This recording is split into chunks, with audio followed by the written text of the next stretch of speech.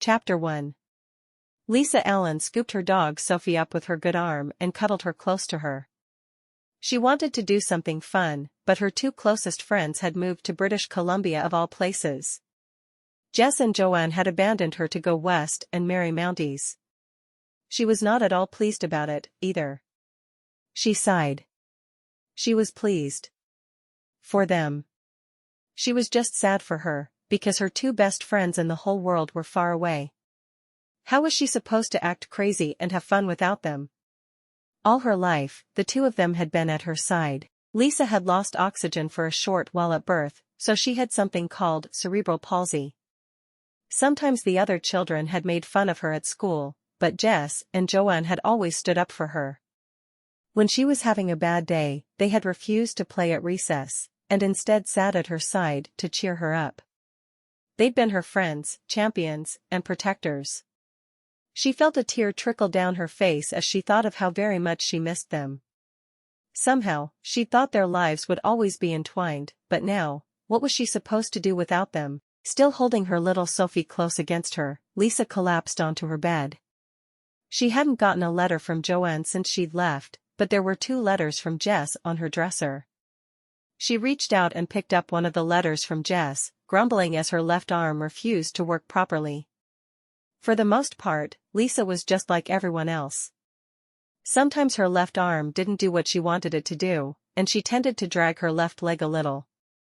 She'd been the object of ridicule more times than she could count, but she'd had a good life. She'd worked hard to be as independent as possible, though she wondered if she would be able to find the courage to marry a man without first getting to know him, as her friends had done. Marriage had always seemed elusive. What man wanted a girl who was broken, anyway? She shook her head. No, I won't feel sorry for myself. I'm a strong woman. I have so much more to offer in life than some of the empty-headed girls I know who can't string a thought together if it's not about what they're going to wear to a party. A knock at the door interrupted her thoughts. Lisa, you have a letter. Her mother held out an envelope, and Lisa took it excitedly. Thank you, Mom. You're welcome. Think it's from Joanne? Her mother sat down on the bed beside her, stroking her dark hair. Normally Lisa liked it when her mother came into her room to see her, but not today. She wanted to read her letter. She smiled at her mom. Thanks again for bringing me the letter. Is that my cue to leave? Her mother laughed as she got to her feet. Never mind. I understand. I know you miss your friends. Does Miss Hazel have another Mountie she can marry you off to? Lisa stared at her closed bedroom door for a long time after her mother left. Maybe Miss Hazel did have another Mountie to marry off. Maybe he wouldn't mind if she couldn't use her left arm properly, or that she walked with a limp. Maybe he would understand that she was perfect just the way she was, imperfections and all. She shook her head and quickly read the letter from Joanne, laughing at Joanne's recollections of Miss Hazel climbing a tree. When she finished the letter, she folded it and put it with the letters from Jess, her mind still on what her mother had said. Maybe there was a Mountie out there for her. She stood up and attached Sophie's leash to her collar, heading toward the front door. She called over her shoulder, Mom, I'm going to walk Sophie. I'll be back before too long. Walking down the quiet street in the older neighborhood where she lived with her parents, Lisa headed straight for Miss Hazel's house. The woman lived just a few blocks over from Lisa, but her house was much nicer. She walked as quickly as she could, dragging her left leg behind her. She had no idea what Miss Hazel would say to her request, but she knew one thing for certain, Miss Hazel would not laugh at her as many people had. No, she would be kind and understanding, and she would help if at all possible. That was just the kind of person Miss Hazel was. Well, kind, and utterly crazy. Lisa knocked on the door, looking down at Sophie. She said a quick, silent prayer that the older woman would be able to help her. Was she even home? When the door opened, Miss Hazel looked down at her. She had a grin on her face. You think I've forgotten you, don't you? I'm not sure what you mean. You think that I sent your friends away and completely forgot that you were still here, waiting for a man to sweep you off your feet. Well, I have something to say to that, Lisa Allen. You do? Lisa felt as if she'd just stepped into the middle of some sort of play, but no one had been kind enough to provide her with a script. I do. I haven't forgotten you. I don't know if I'll ever have another Mountie to match up, but I've discovered I'm an awfully good matchmaker, and I will make sure that you are happily married as soon as I can possibly make it happen. For the first time since her mother had given her the idea, Lisa felt uncertain. But, what if I'm not a good enough cook? What if I can't be a good wife? Miss Hazel shook her head. No self-doubt from you, Lisa Allen. I promise you, I will find you the man who is right for you, and who you are right for. You trust me, don't you? Lisa nodded. I think I do. If you don't, you should. I'm a good matchmaker. Miss Hazel sighed. Do you want to start lessons early, to make sure we can have you ready in time? What kind of lessons? Lisa knew both Jess and Joanne had gone through classes with Miss Hazel, but she wasn't sure what they had entailed. After Miss Hazel had gotten a hold of them, they'd had little time for her. Cooking, cleaning, that sort of thing. I want you ready to be a good wife before you leave to marry. Lisa nodded uncertainly. I want to be a good wife. I really do. Then you'll be here bright and early tomorrow morning, and we'll get started. I know we can do it. As she walked away, Lisa wondered exactly what she'd gotten herself into. Who in their right mind would let Miss Hazel run their life? Lisa started her lessons early the following morning. Her mother had been kind and good to her, but she'd never really pushed her to be completely independent. Lisa quickly learned she was more capable than she'd ever dreamed she could be. By the end of her second week with Miss Hazel, she felt like she could really be a good wife to a man in the West. Maybe not a Mountie, but she'd be willing to give it a try. Too bad all of the Mounties who lived close to Jess and Joanne already had wives. On Friday afternoon of her third week, Lisa watched as Miss Hazel opened a letter from Jess. She wanted to read it, but she couldn't ask. What if it was something private? Jess was now Miss Hazel's daughter-in-law. As she finished the letter, Miss Hazel looked at Lisa with tears in her eyes. I'm going to be a grandmother. She sat down heavily in a chair, buried her face in her hands, and wept. Lisa wasn't sure how to react. Don't you want grandchildren? More than anything else. Miss Hazel sobbed, pulling a handkerchief from her voluminous bosom and blowing her nose loudly. I'm so happy. Lisa sat down beside Miss Hazel, taking the older woman's hand in hers. I'm happy for you. And for Jess, of course. I'm going to be an honorary aunt. I'll have to figure out what I can make for a gift. I can't really knit. Oh. How could I forget to tell you? You're not just going to be an honorary aunt, you're going to be a Mountie's wife. Wait, what? A Mountie's wife? Is that even possible? Lisa felt excitement and dread bubbling up within her equally. Am I ready? Miss Hazel wiped away the last of her tears. You are ready, I promise. She got to her feet and started pacing in the spacious kitchen. I need to get the other 3 ladies I have in mind to start classes here on the 3rd. We'll leave on the 10th. Wait, the 3rd of October? It's September 30th. We'll have to hurry then, won't we? Trains can't get all the way up into Yukon Territory for very long. The winter comes early, hard, and fast there. We'll have to go as soon as we can, and with everyone needing lessons, that will be the 10th. Lisa stared at Miss Hazel as if she'd lost her mind. You plan to deliver 4 ladies to Mounties in Yukon Territory? And you want us to leave on Thanksgiving? Miss Hazel frowned. Oh, that's right. Thanksgiving is on the 10th this year. We'll have to leave on the 11th. You'll all appreciate one more Thanksgiving with your families, I'm sure. You talk like you already know who all 4 of us will be. How can you know that? Miss Hazel shrugged. I had a hard time finding 4 ladies for the first set of Mounties, so I was more careful this time.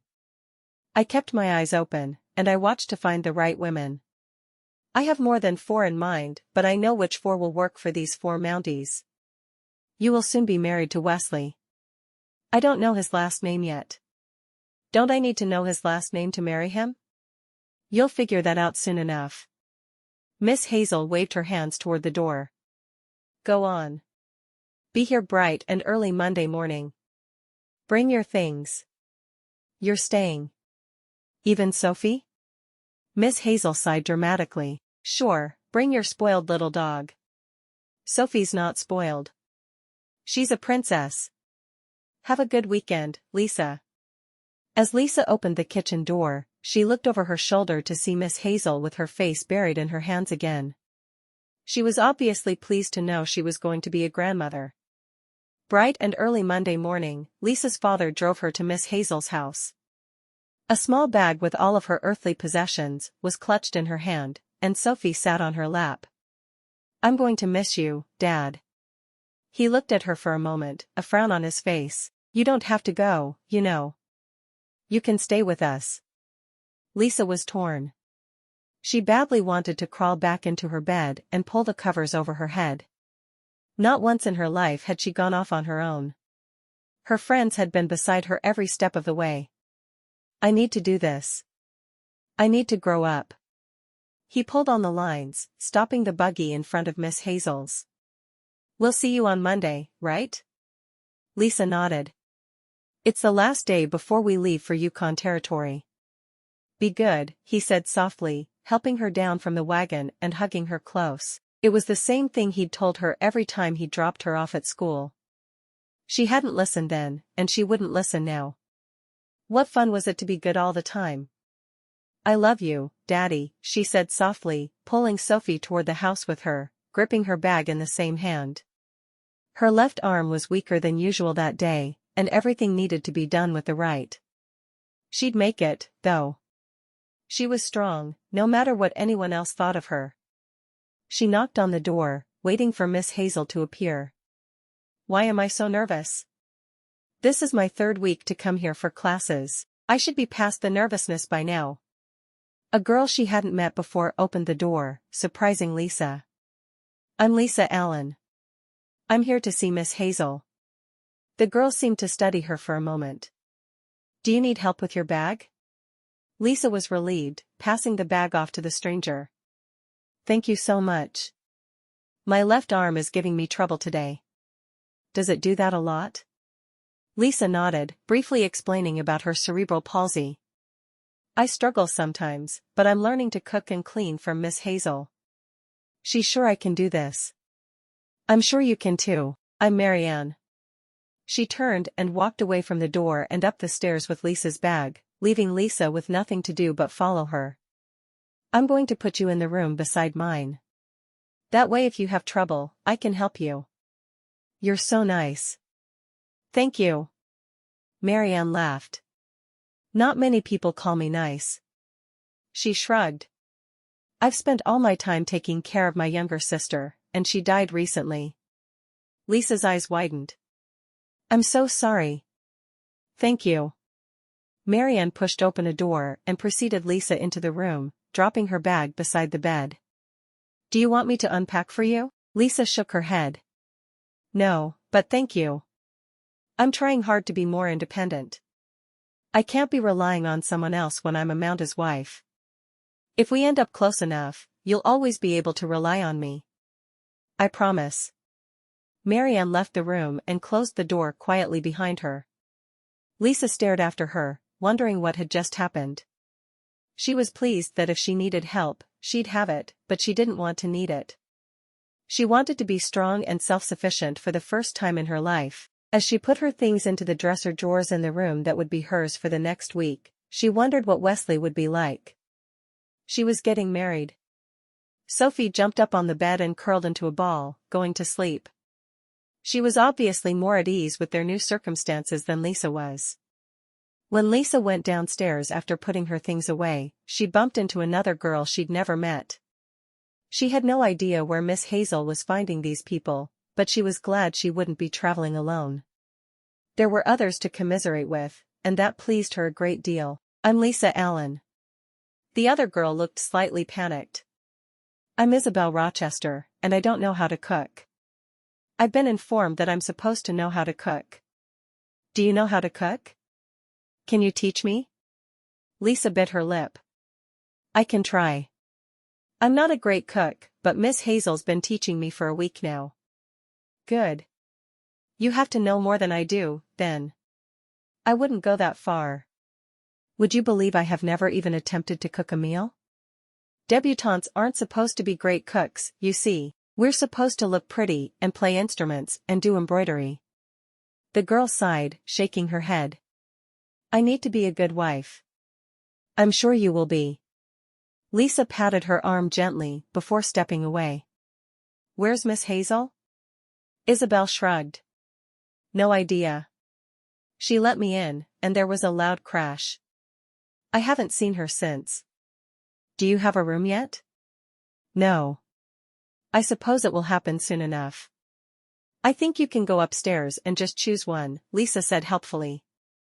Just look in the rooms and see if there's one empty. All right.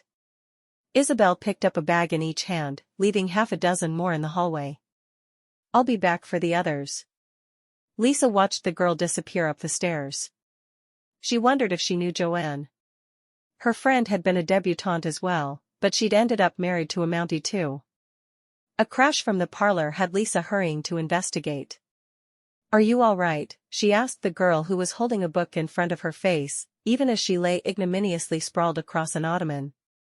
She'd obviously tripped, because she hadn't removed her book from in front of her face. Oh, I'm fine. The girl looked up. I'm Elaine. Hi, Elaine. I'm Lisa.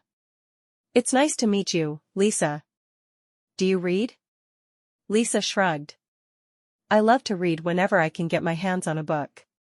I wasn't able to bring any, unfortunately. Her family had never been wealthy, and she was grateful for the fact that she had clothes to wear and food to eat. Books were a luxury that her family couldn't afford. I have several with me. Probably more than I should have brought. You can read one if you'd like. Lisa pressed her hands together. That would be wonderful. Well, come up to my room after our lessons today, and I'll let you choose between the ones I brought. I've read them all before, so it doesn't matter which one. Elaine got to her feet. I even brought a cookbook or two. You're more prepared than I am, then. I only brought clothes and an apron. And Sophie, of course. Sophie? She's my dog. I couldn't leave her behind. Well, of course you couldn't. I see that. Elaine grinned at Lisa. I have a feeling we're going to be fast friends. What do you know about the West? Lisa shrugged. Not much, except that my two best friends married Mounties. Now I'm doing the same thing. Chapter 2. They left for the Yukon the following week. Thankfully, Lisa found all of the other brides delightful. She was a bit intimidated by Isabel, but she just remembered that they were all in the same situation, and it helped. Lisa had even had the opportunity to help Isabel learn to cook, and it made her feel a lot better. When they pulled into the train station in Moose Lick, Yukon Territory, Lisa was excited and nervous all at once. She wanted to make a good impression on Wesley, but she felt grungy after the endless days of travel. As she picked up her bag with her things, and took hold of Sophie's leash, the conductor had informed her that dogs weren't allowed in the passenger car, but somehow Miss Hazel had convinced him to allow Sophie to stay with her. Her hands were shaking. What if Wesley took one look at her, recognized her infirmity, and sent her right back to Ottawa?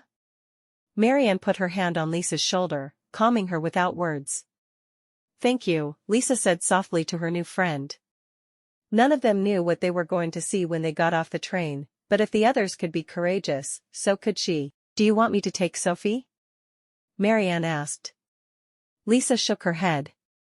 When Wesley saw her for the first time, he needed to know he wasn't just getting a wife, but he was getting a dog to love and adore.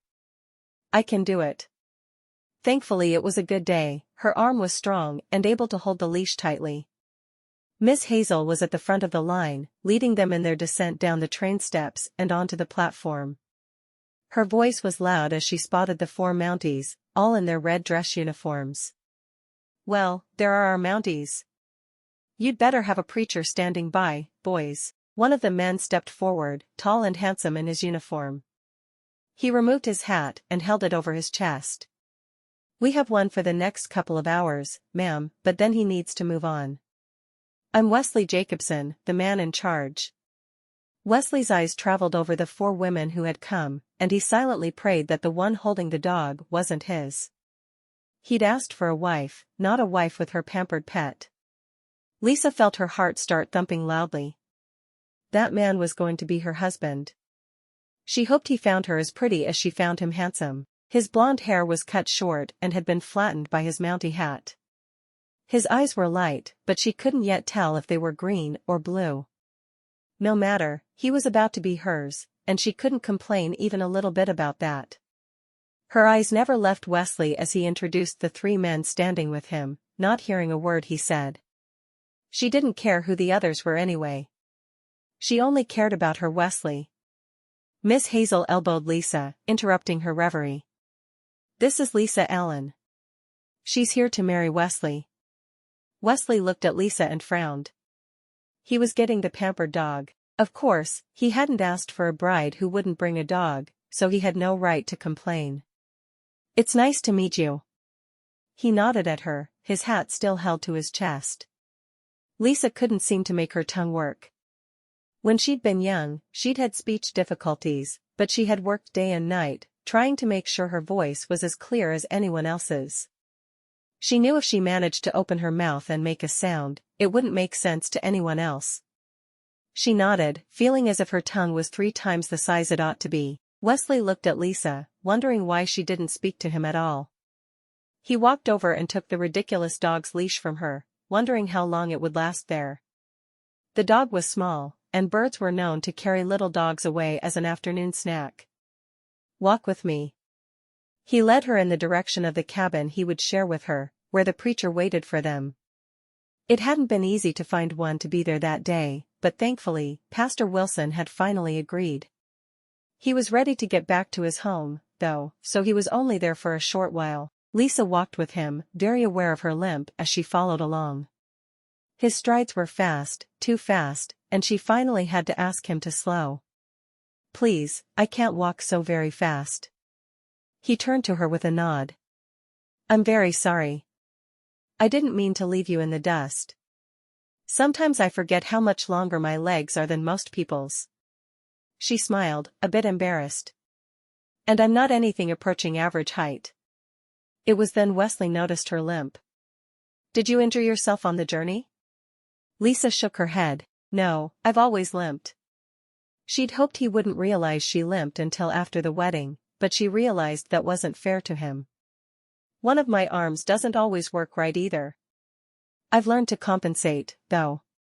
He frowned. Why? It wasn't until after the word had left his mouth that he realized just how rude it sounded. My mother had a difficult birth with me. I got stuck, and I lost oxygen for a short while. Lisa held her breath as she waited for his response. If he was going to reject her, now would be the time. I've heard of that happening. He seemed to debate with himself for a moment, but then he nodded. Let's go get married. Lisa felt the smile touch her lips, ecstatic that he was still willing to go forward with the wedding. I'd like that. What's the dog's name? He asked, leading her to a small cabin. He would have to come to terms with the animal, because his bride obviously had a great deal of affection for it. Sophie. I hope you don't mind that I brought her with me. She's been mine for 3 years.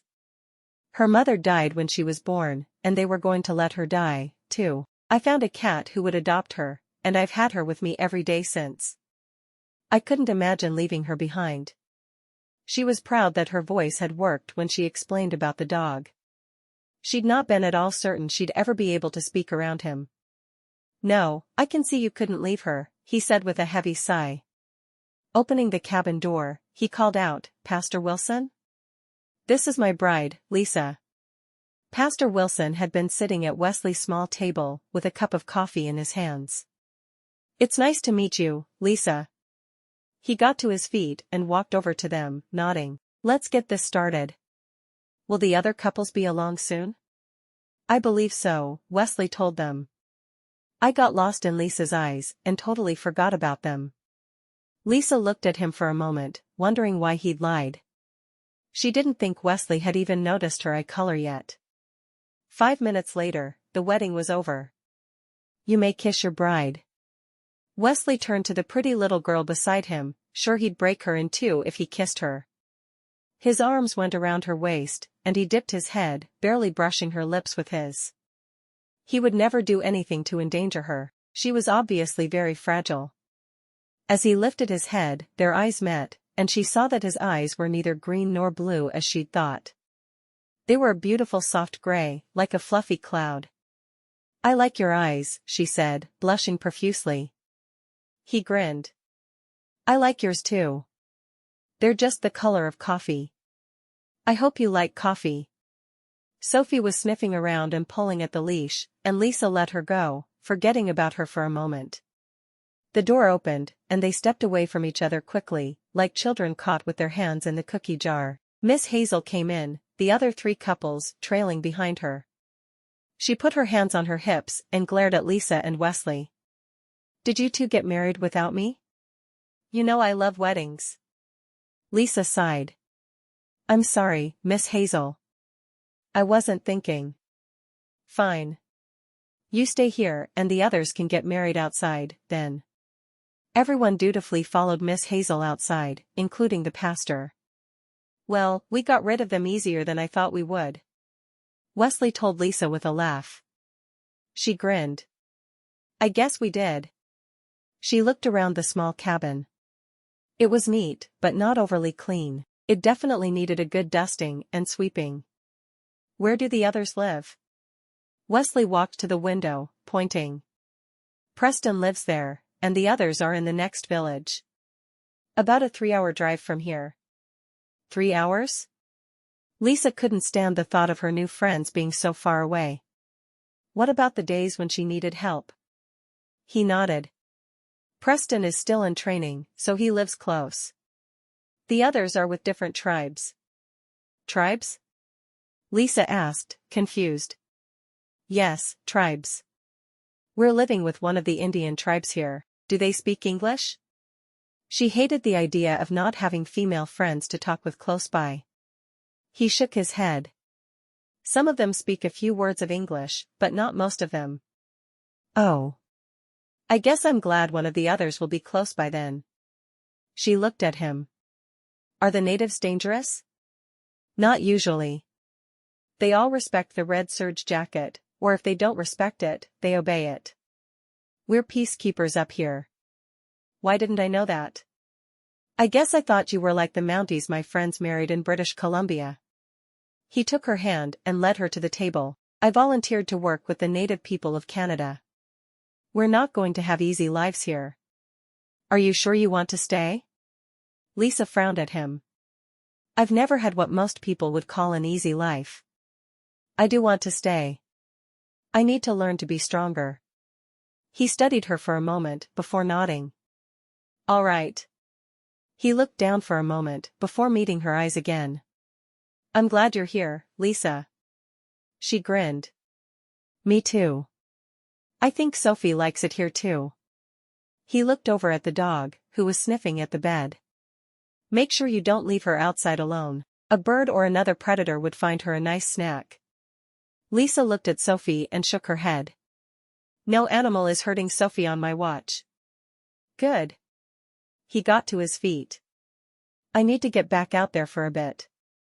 Can you handle making supper?" She nodded. "I couldn't a month ago, but Miss Hazel has me cooking well now." "You didn't cook before?" he asked. She shrugged. "My parents always thought of me as injured, so they never really let me do anything except a bit of volunteer work. Miss Hazel has taught me to cook, clean, and sew in the past month. I'm still not great at sewing, but I'll get better as I go." "I'm sure you'll do fine. I'll be back for supper in an hour." With that, Wesley was gone. She wished she'd asked him what he needed to get back to, but she hadn't. Next time, she would remember. A moment later, there was a knock on the door, and Marianne stuck her head inside. "Lisa?" Lisa hurried over to the door. "Who did you marry?" "Preston." At that, Lisa squealed and clapped her hands. "You're in the other cabin then." Marianne smiled. I am.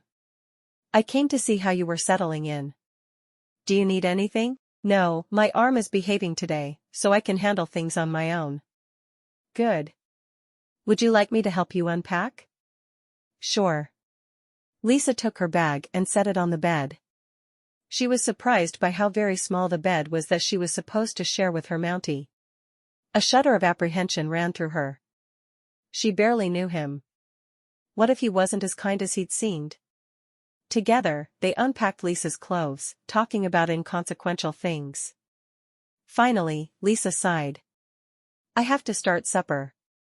You should do the same. I'm sure Preston will be hungry. I'm sure he will. Marianne hugged Lisa. If you need help, you know where to find me. I'll be here for you anytime. Thank you. I'm sure I'll be fine today. Marianne left the cabin, looking over her shoulder at Lisa, obviously a little concerned for her friend. Lisa walked to the kitchen and looked around for supplies, wondering what she should cook on such short notice. She found some rice and some salt pork and had an idea. Maybe it wouldn't be as perfect as her friend Jess would make, but it would be the best Lisa could do. Who needed more than that? When Wesley walked into the cabin 2 hours later, Lisa waved him toward the table. Everything's ready. I just need to serve it. He washed his hands before taking a seat, watching her as she moved toward the table. Her limp was a great deal more pronounced now than it had been when she'd gotten off the train. Are you all right? He asked. Did you overtire yourself? He'd already decided that he wasn't going to approach her for her wifely duties just yet. He was afraid he'd break her. I'm fine. I'm not used to being on my feet a lot, but I'll learn how to do more. I'll get used to cooking and cleaning, and everything will be wonderful. Just don't hurt yourself. I want you to be strong.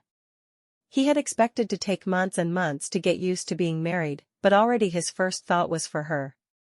Maybe he would be a good husband after all. Lisa put a plate of pork and rice in front of him and went back to the stove for another plate for herself. Once she was seated, she bowed her head, waiting for him to pray. Wesley looked at her for a moment before he realized what she was doing. After praying, he took a bite of the rice. She'd obviously cooked the meat right in with the rice, because it was well flavored. Tell me about your family, he said. Lisa smiled, telling him about her parents. I'm an only child. Mom never had more kids after me. She said I was too much work, but I found out just last year that she was injured during my birth, and she was told she'd never have more children. That's sad. Do you wish you'd had siblings? She shook her head. No, because sometimes I felt like I did have them. I had these 2 friends I grew up with. We met the first day of school, and we were always together after that. Jess ended up being a banker, and 2.5 months ago, she married her Mountie. Then Joanne was a teacher, and she married her Mountie last month. I don't think any of us ever thought we'd all 3 end up married to Mounties. It's strange how life works sometimes. Did Miss Hazel introduce your friends to their husbands as well? Sort of. Miss Hazel introduced Joanne and her husband Kendall, but Jess has known Theodore since they were both children. Theodore is Miss Hazel's son. I see. That's how she met Mounties and started introducing them to young ladies? Yes. Though Jess had a crush on Theodore since she was a little girl. Lisa frowned at Wesley. Where's Miss Hazel staying? Or did she already leave? She's not leaving until tomorrow. There's a room that people sometimes rent over the store. I'm sure that's where she's staying. Lisa frowned. I hate that she's leaving tomorrow. She's been a big part of my life for a very long time. She looked down. I was mad at her when she took my friends away from me, but she's introduced me to new friends. And now to you, he smiled. I'll make sure you get to see her in the morning before she goes. The train doesn't leave until 2. Good. I'd hate not being able to say goodbye. I'm sure I'll write often, but seeing her one last time will mean a lot to me. I understand that. Tell me about your family, Lisa said. She needed to stop thinking about Miss Hazel leaving and all the people back home. It just made her sad. He shrugged. There's not much to tell. I was raised in an orphanage back east. A Mountie found me in a basket on the side of the road when I was just a baby, and he took me to the home I was raised in. I always thought I wanted to be a Mountie so I could do the kind of good he did for me. That's sad. Don't feel bad for me. I never knew anything different. Sometimes I'd wish I had a family, but I knew that I'd get to have one as an adult. He took another bite of food. Now you're my family. He was only sorry he'd never have children. She was much too frail to ever give birth, so he'd never touch her in a way that could lead to children. Yes, I'm your family. Lisa smiled at him, thrilled to be his wife. She was still nervous with him, but she knew that would end soon. He was obviously a good man. She was happy to be married. Chapter 3. After supper, Lisa did the dishes, while Wesley got to know Sophie. As far as he could tell, she was a worthless lump of hair. As he was scratching her, he noticed there was a little pink bow in her hair. Lisa? Lisa turned from the basin where she was scrubbing the pot she'd made supper in. Yes? Why does Sophie have a bow in her hair? Doesn't it look sweet? She's my little princess, so she needs a bow to show how special she is. Wesley thought Lisa's reasoning was absolutely ridiculous, but he didn't say anything. He wasn't ready to start an argument with his new bride. Instead, he scratched Sophie a little more, and grabbed her leash. I'm going to take her for a walk. Lisa nodded. I think she'll like that. I'm not able to walk nearly as much as she would like. Lisa didn't add that she frequently walked her with Sophie in a baby buggy. She was sure he wouldn't approve of that. The whole while Wesley was gone, Lisa fretted about the night ahead. She made up the bed nicely, and changed into a nightgown. She knew what the night would bring, but she had no idea how she would feel about it. She only known Wesley for a few hours. Of course, when he'd kissed her, her toes curled. Wesley walked Sophie down past the store, stopping for a moment in front to listen to the argument between old Jed, the proprietor, and Miss Hazel. What do you mean you don't have clean sheets for this bed? How can you rent out a room with no clean sheets? I never had no fancy lady staying in that room. Most of the men that come through here are so drunk, they don't know if the sheets are clean or not. You don't like it? Go stay somewhere else. Wesley chuckled softly to himself. He should probably go and help them, but it sounded like they could both take care of themselves.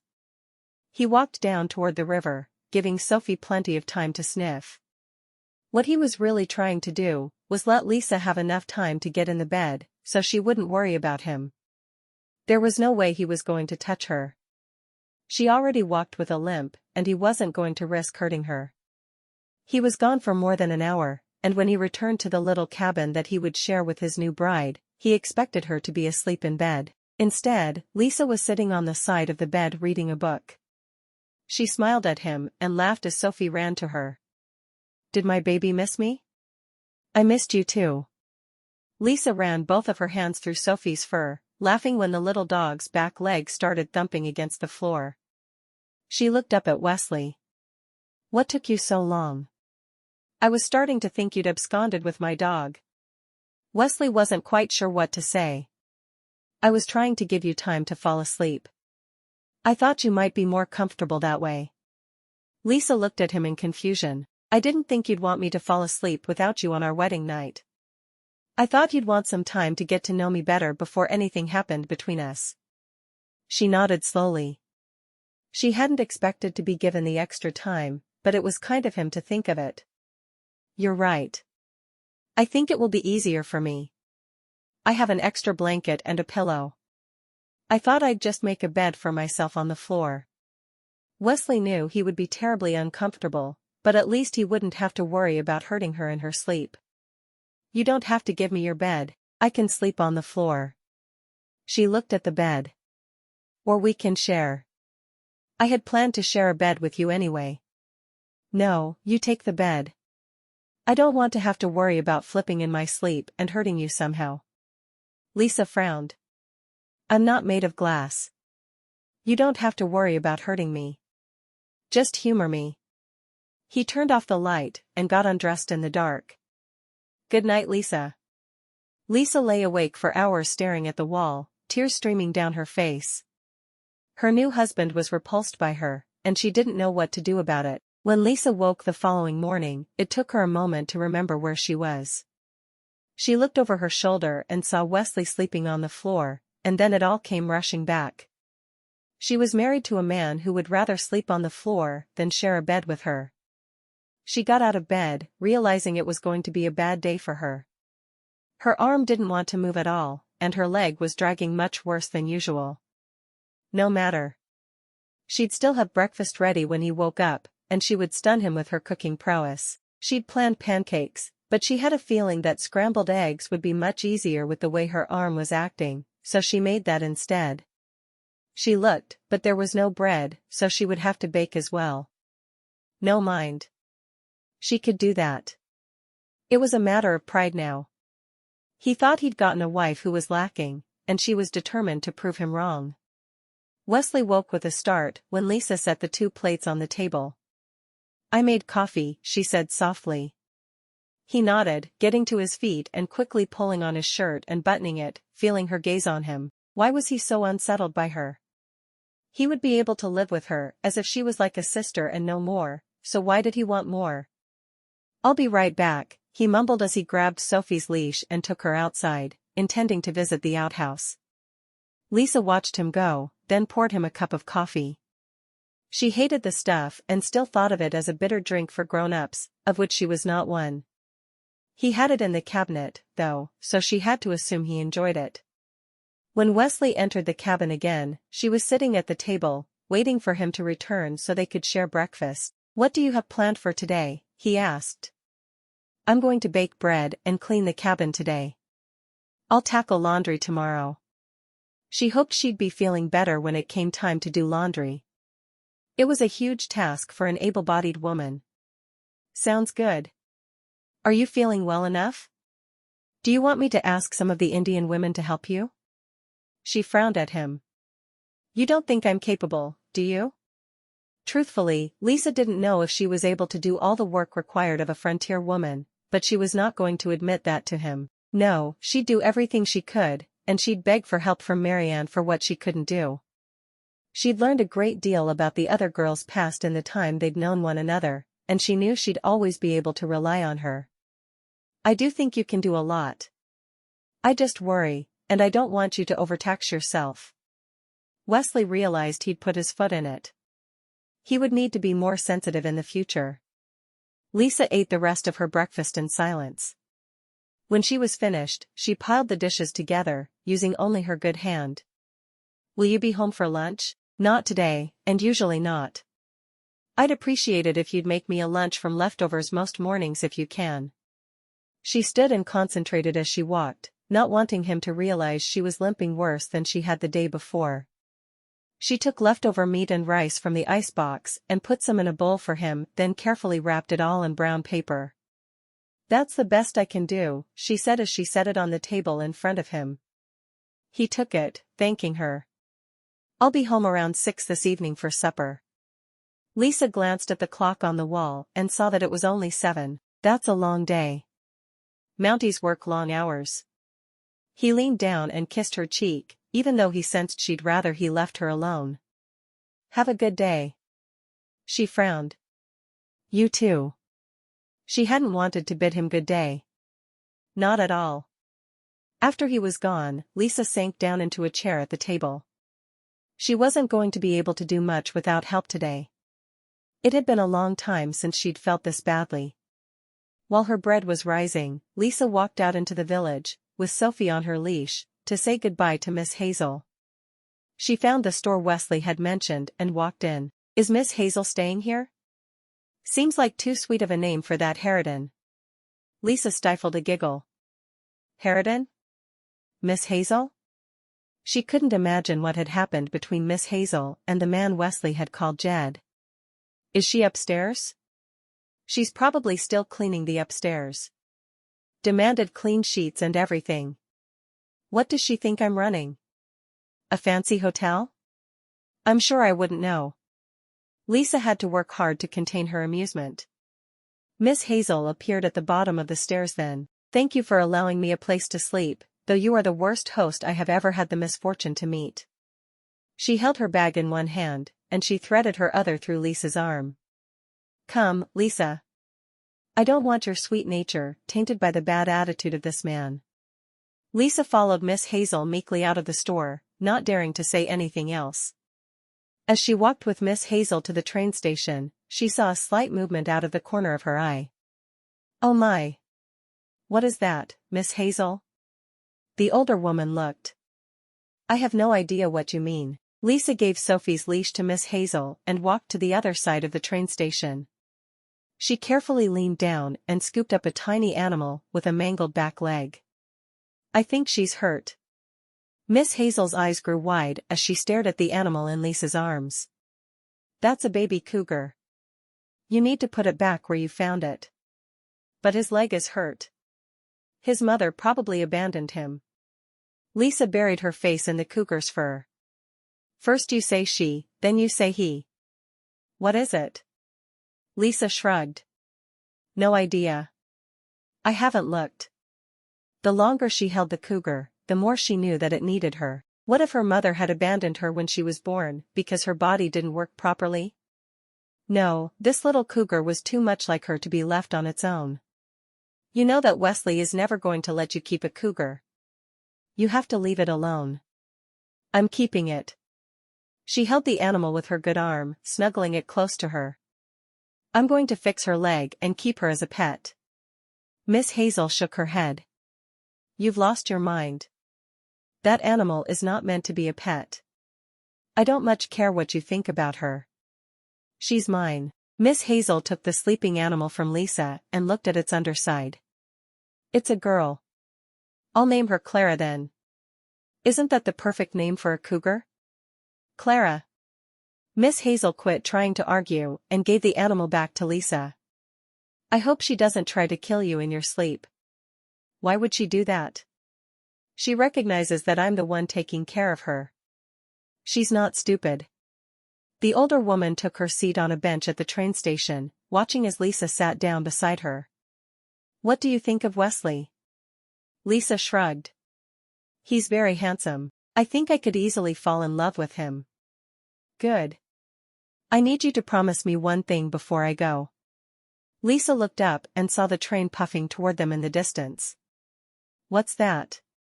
I want you to remember that you're much more than just a girl with physical problems. Remember that you have so much to give to a man. Please? Lisa nodded slowly. I will try. Don't try. Do.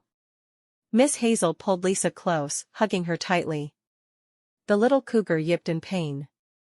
I feel bad that I didn't send you to live in Squirrel Ridge Junction with your friends, but you couldn't have grown there. They would have always let you lean on them. This is the place you belong. I can feel it. Lisa felt a tear trickle down her cheek. I'm going to miss you almost as much as I miss Jess and Joanne. Miss Hazel hugged Lisa once more. I'm going to miss you, too, sweet girl. Before Lisa could say anything else, Miss Hazel was hurrying toward the train. She set out toward the cabin with Sophie and little Clara, her new charge. She hoped the cougar was big enough to eat, but if she wasn't, then she would have to find some milk and a way to feed her. When she'd first gotten Sophie, she'd tried to dip a cloth in milk to feed her. It hadn't worked well, but she was afraid the little cougar was too big to be nursed by a cat as Sophie had been. Just when she'd gotten close to the cabin, she turned and knocked on Mary Ann's door. Is Preston home? She asked in a soft voice when her friend came to the door. No, why? I need help. 10 minutes later, the two friends were making up a bed for the cougar underneath Lisa's bed. How are you going to hide it from Wesley? Mary Ann asked, frowning at their temporary solution. Aren't you afraid she's going to bite you? Lisa shook her head. She's too smart to bite the hand that feeds her. Miss Hazel asked me the same question. She looked at Mary Ann. I think we're going to have to feed her cow's milk. How? We'll get a rag and dip it in milk. She'll suck it off, and we'll do it all over again. Trust me. It will work. Mary Ann frowned. Sounds like you've done this before. Lisa smiled, nodding toward her dog. With Sophie. I fed her that way for a couple of days before we found a cat who would adopt her. While Lisa fussed over the cougar, Marianne hurried through her house, tidying everything and baking the dough she'd left rising for bread. What do you want for supper tonight? I can't let you cook supper for us. I can do it. You're not fooling anyone, Lisa. I can see that you're having a tough day. Just let me help you. Lisa debated for a moment. If she let Marianne help her, that would be the same as if she'd let Wesley find an Indian woman to help. However, she hadn't expected to find a baby cougar when she'd refused the help that morning. Finally, she nodded. Something simple would be nice. Maybe a stew? I'll see what I can do. Lisa cradled the cougar in her arms, feeding her cow's milk from a rag, just as she'd told Marianne she would do. Thank you so much for your help. We just can't let anything happen to this little baby. She's one of God's creatures. Marianne smiled. I want to play with her. Lisa nodded emphatically. We need to tire her out. Wesley said he'd be home around 6. I want her too tired to make a peep while he's here. Won't she need to eat during the night? I'll send him out to walk Sophie right before bed and make sure she gets fed. It'll work. Marianne didn't look convinced, but at least she didn't argue. I'll do everything I can to help you keep her hidden. I know Preston wouldn't want me to have a baby cougar in the house, and I'm sure Wesley feels the same. Lisa shrugged. What they want isn't necessarily the right thing to do for Clara. As Clara's new mama, I'm going to do everything I can for her. All right. Marianne sat beside Lisa, looking at the tiny creature. I have a lot of laundry at my house. I need to get it done tomorrow. Do you want to work together? In other words, do I want to pretend to myself that I'm doing my share of the work, while you do yours and half of mine? Sure. Lisa smiled over at her friend. I don't know what I would have done if you weren't here. You'd have done what you needed to do. With me here, things will just be a tad bit easier for you. You'll never know how much your friendship means to me. I wrote to Jess and Joanne before we left Ottawa, and I told them both how you'd taken me under your wing and treated me like your little sister.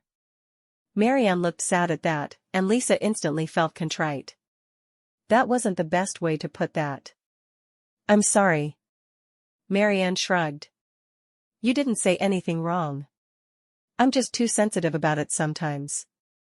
I should be more careful with my words, and I will do my best to be more cautious in the future.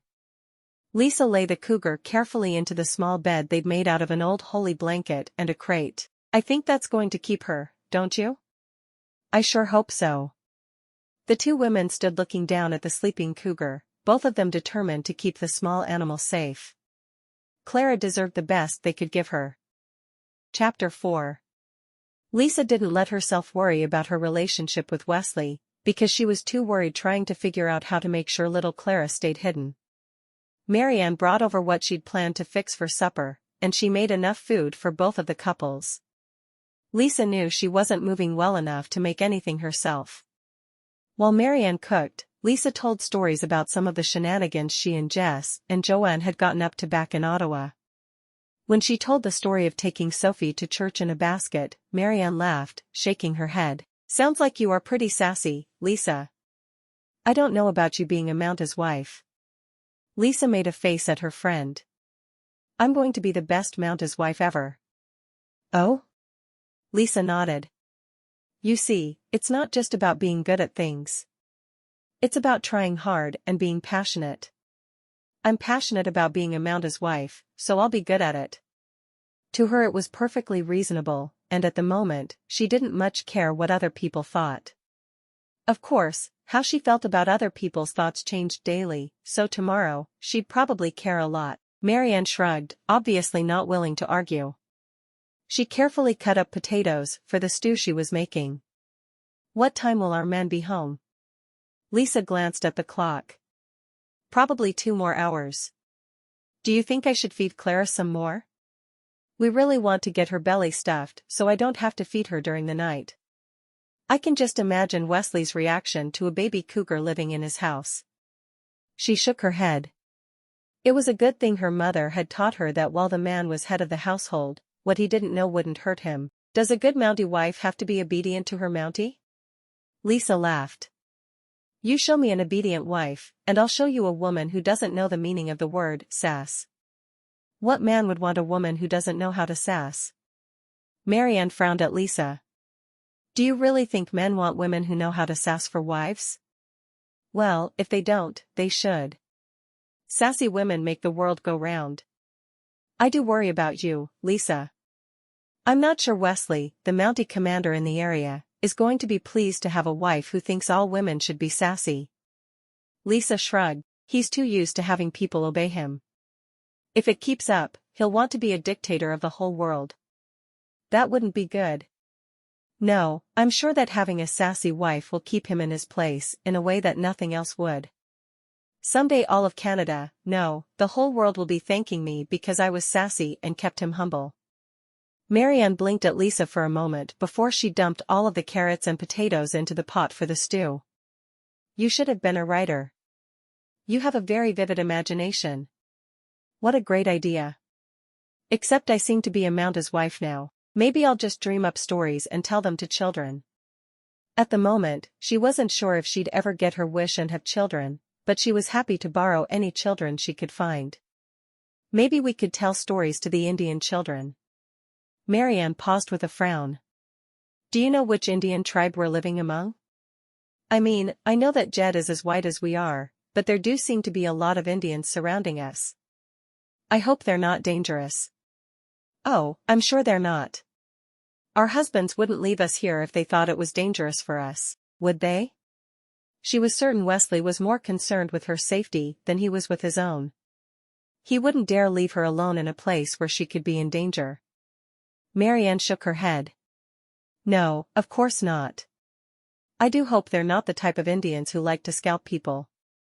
I'll ask Wesley tonight which tribe they're from. I'm sure he'll know. Maybe he can give us tips on how to learn their language and get along with them.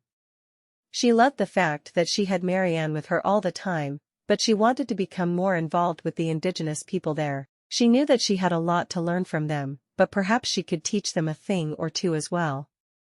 Does Wesley mind answering your questions? Lisa shrugged. So far, I think Wesley is just disappointed in me. I don't think he likes the fact that I'm not exactly like other women. It stung even more as she said it aloud, but she was sure her friend would understand what she meant. Marianne frowned. Well, I think you're awfully special just the way you are. Do I need to do something to make him realize that? If he needs to be helped to that realization, then he's not worthy of my time and attentions, now, is he? Lisa sounded like she believed what she was saying. Maybe if she said them a few thousand times per day, she would convince herself. But you're married to him. You have to find a way to find common ground, don't you? I don't know that I do. As long as he has meals waiting for him when he gets home and a clean house and uniform, does he have the right to ask for more? I think not. Lisa shook her head, unsure if she was trying to convince her friend or herself. You know you don't mean that, Lisa. You want to get along with Wesley. You want to love him. Marianne had spent enough time with Lisa to know she wanted a love match like her friends had found. Love? What is love anyway? It's just one of those words that everyone throws around all willy-nilly. I love that hat. I love chocolate. I love to read.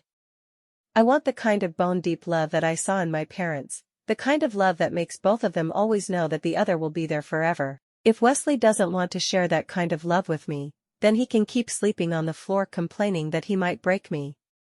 Lisa put her hand over her mouth, embarrassed that the words had escaped. I didn't even realize I was angry with him about that until I said it. Marianne took Lisa's hand in hers. Just remember that you're a beautiful, strong woman. You've been through so much to be ready to come out here. If he can't respect that, then he's not worthy of your time and attentions. Lisa felt a tear trickle down her cheek and wiped it away angrily. I'll do my best. When Wesley came in at the end of the day, Marianne was back at her cabin. He looked around at how clean the place was, and he realized he'd underestimated his wife. You've been busy. I spent all day yesterday sitting around reading novels. I thought I'd do something constructive today. She walked to the stove and carefully spooned stew into 2 bowls. There's fresh bread and butter if you'd like them. Wesley nodded. I would enjoy that, if you don't mind. Thank you for working so hard today. Hard work is what being a Mountie's wife is all about, isn't it? She did her best not to sound sarcastic, but she wasn't sure how well she'd done. I suppose. Just don't overdo it. Lisa saw that Sophie was nosing around under the bed where Clara was hidden. She shooed the dog away from her spot. She's going to need to go out right after supper, I think. And she could feed Clara then. There had to be a way to make it all work out without him knowing there was a cougar sleeping under her bed. Wesley nodded. I don't mind doing that. I like to take walks. Is it safe to walk alone here at night? Lisa asked, thinking about her conversation with Marianne that afternoon. He shrugged. There are some wild animals, but most won't come this close to the village. Lisa sat across from Wesley, bread on the table, and stew in front of each of them. After Wesley had prayed for them, she said, I didn't mean the animals. I was thinking of the Indians. He frowned. We're here because of those Indians. This is their home, not ours. We're here to keep peace among them and to keep them from drinking their lives away. You'll find that they're warm, good people if you give them a chance. Lisa felt scolded, and she was immediately contrite. So many people judged her by what she could and couldn't do, she had no right to be doing that to others. She'd been convinced earlier that she had things to offer them and they had much to offer her. She hadn't sounded like it when she spoke to Wesley, though. You're right. I'll get to know some of the women as soon as I can. Which tribe is this? This is the Koska tribe. They speak one of the many Athabascan languages. Each tribe will speak it a bit differently, so you might learn a language of the Koska, but then you go to Han territory and the language rhythms will be the same, but you will only be able to pick up a word or 2 of their speech. That's interesting. I'm going to try to walk out among the people tomorrow. I did a little today, but I only went to see Miss Hazel. I need to meet everyone, not just stick to talking to the people I know. I think you'd find some common ground if you went apple or pumpkin picking with them. There's a wild pumpkin patch just north of town. I wouldn't say no to pumpkin pie. Lisa didn't want to leave little Clara alone for long. How far from town? About a 20-minute walk, I'd say. She calculated in her head. If he said 20 minutes, it would be 30 for her. An hour round trip, and then she'd need to spend some time picking the pumpkins. She could ask Marianne to sit with the animals, but she knew she'd feel safer with her friend accompanying her. No matter how many times she was told that the Indians were safe, she knew she'd always feel slightly nervous around them. I will try to go with them tomorrow then. If her leg was up to it. After she had fed Clara. She didn't add her caveats aloud, not wanting him to realize that she had bad days when she couldn't walk well. As soon as supper was over, Wesley took Sophie for a walk. How long do you think you'll be gone? She asked. He shrugged. Probably not more than 30 minutes. All right. Be good, Sophie. Wesley raised an eyebrow as he looked down at the dog, who was dancing merrily on her leash. I think she'll be fine. As soon as he'd shut the door, Lisa hurriedly got milk and a rag, pulling the cougar out from under the bed. She kept an eye on the time as Clara sucked ravenously at the rag. After 20 minutes were up, she put the rag down and put the cougar back in her crate underneath the bed. Surely, she'd make it through the night without needing to eat now. Lisa washed the dishes as quickly as she could, thankful that Wesley took longer than he'd said he would. She didn't want him to think she wasn't up to doing the dishes. She was strong, no matter who told her differently. She was sitting on her bed, wearing her nightgown, and reading a book when Wesley returned with Sophie. She seemed to be having such a good time, I kept walking. I hope that's all right, Wesley told her. It's fine. I'm glad she's getting more exercise. She loves to move around. Lisa leaned down and scratched Sophie, noting that the dog was sniffing under the bed. She wished there was a way to stop her from doing that, because she knew that Sophie could smell Clara. Wesley was bound to get suspicious if she kept it up. Wesley sat down at the table, reaching over to scratch Sophie behind the ears. I wasn't sure what to think when I saw Sophie at the train station yesterday, but I really like her. I'm glad you brought her with you. Lisa was surprised to hear him say that. I'm glad. She's a good dog. She wondered what he'd say when he found out about the cougar beneath the bed. For a moment, she considered telling him, but she knew better. He wasn't going to be pleased to hear she had a wild animal living in their cabin. She really is, he said. I'm sorry that I immediately thought you should have left her in the city when I saw her. I'm still not sure what she'll think of a Yukon winter, but honestly, I don't know what you'll think of it either. Lisa shrugged. I'm a Canadian. I can handle cold winters. She'd lived in Ottawa her entire life. Surely that meant she knew about cold. Wesley laughed. You've never seen a winter like we'll have here. Do you still work in the winter? He nodded. There's a lot to do in the winters. Many disputes over trap lines. While the Indians here used to be very self-sufficient, now they trade their furs to the white men. I hate that they've lost their old way of life. What do the white men have that they want? He sighed, running a hand through his hair. Mostly alcohol. Oh? She'd heard that Indians were particularly fond of alcohol, but she didn't know if it was true or just a rumor. The traders are prohibited from trading alcohol to the Indians, because they tend to use it to cheat them out of their goods. How so? Lisa had heard that Indians had trouble with alcohol, but she'd never understood why.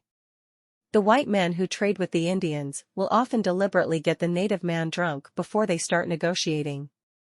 Then the trade will be decidedly in the white man's favor. It's not a fair business practice, but no one seems to care. I see.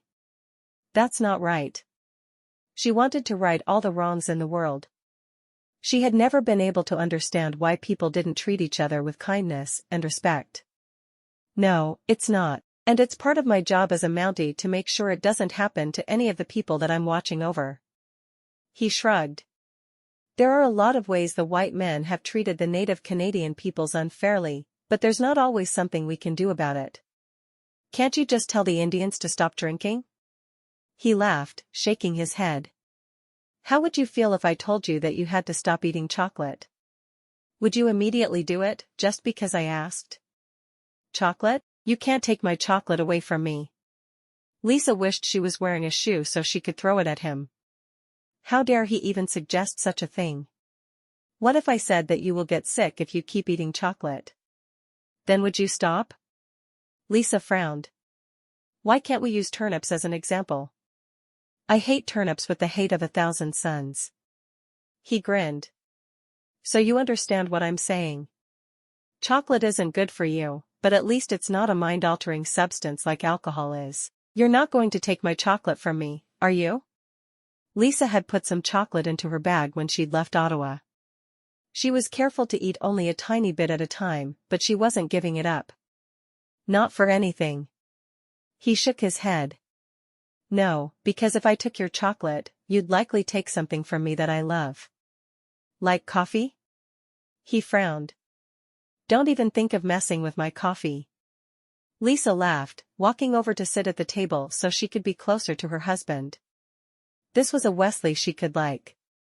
Last night, he'd only seemed to annoy her. I won't mess with your coffee if you don't mess with my chocolate.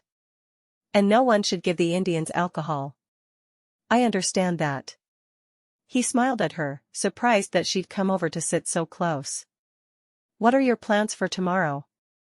I think I'm going to go pumpkin picking, like you suggested, and I'm going to work on laundry.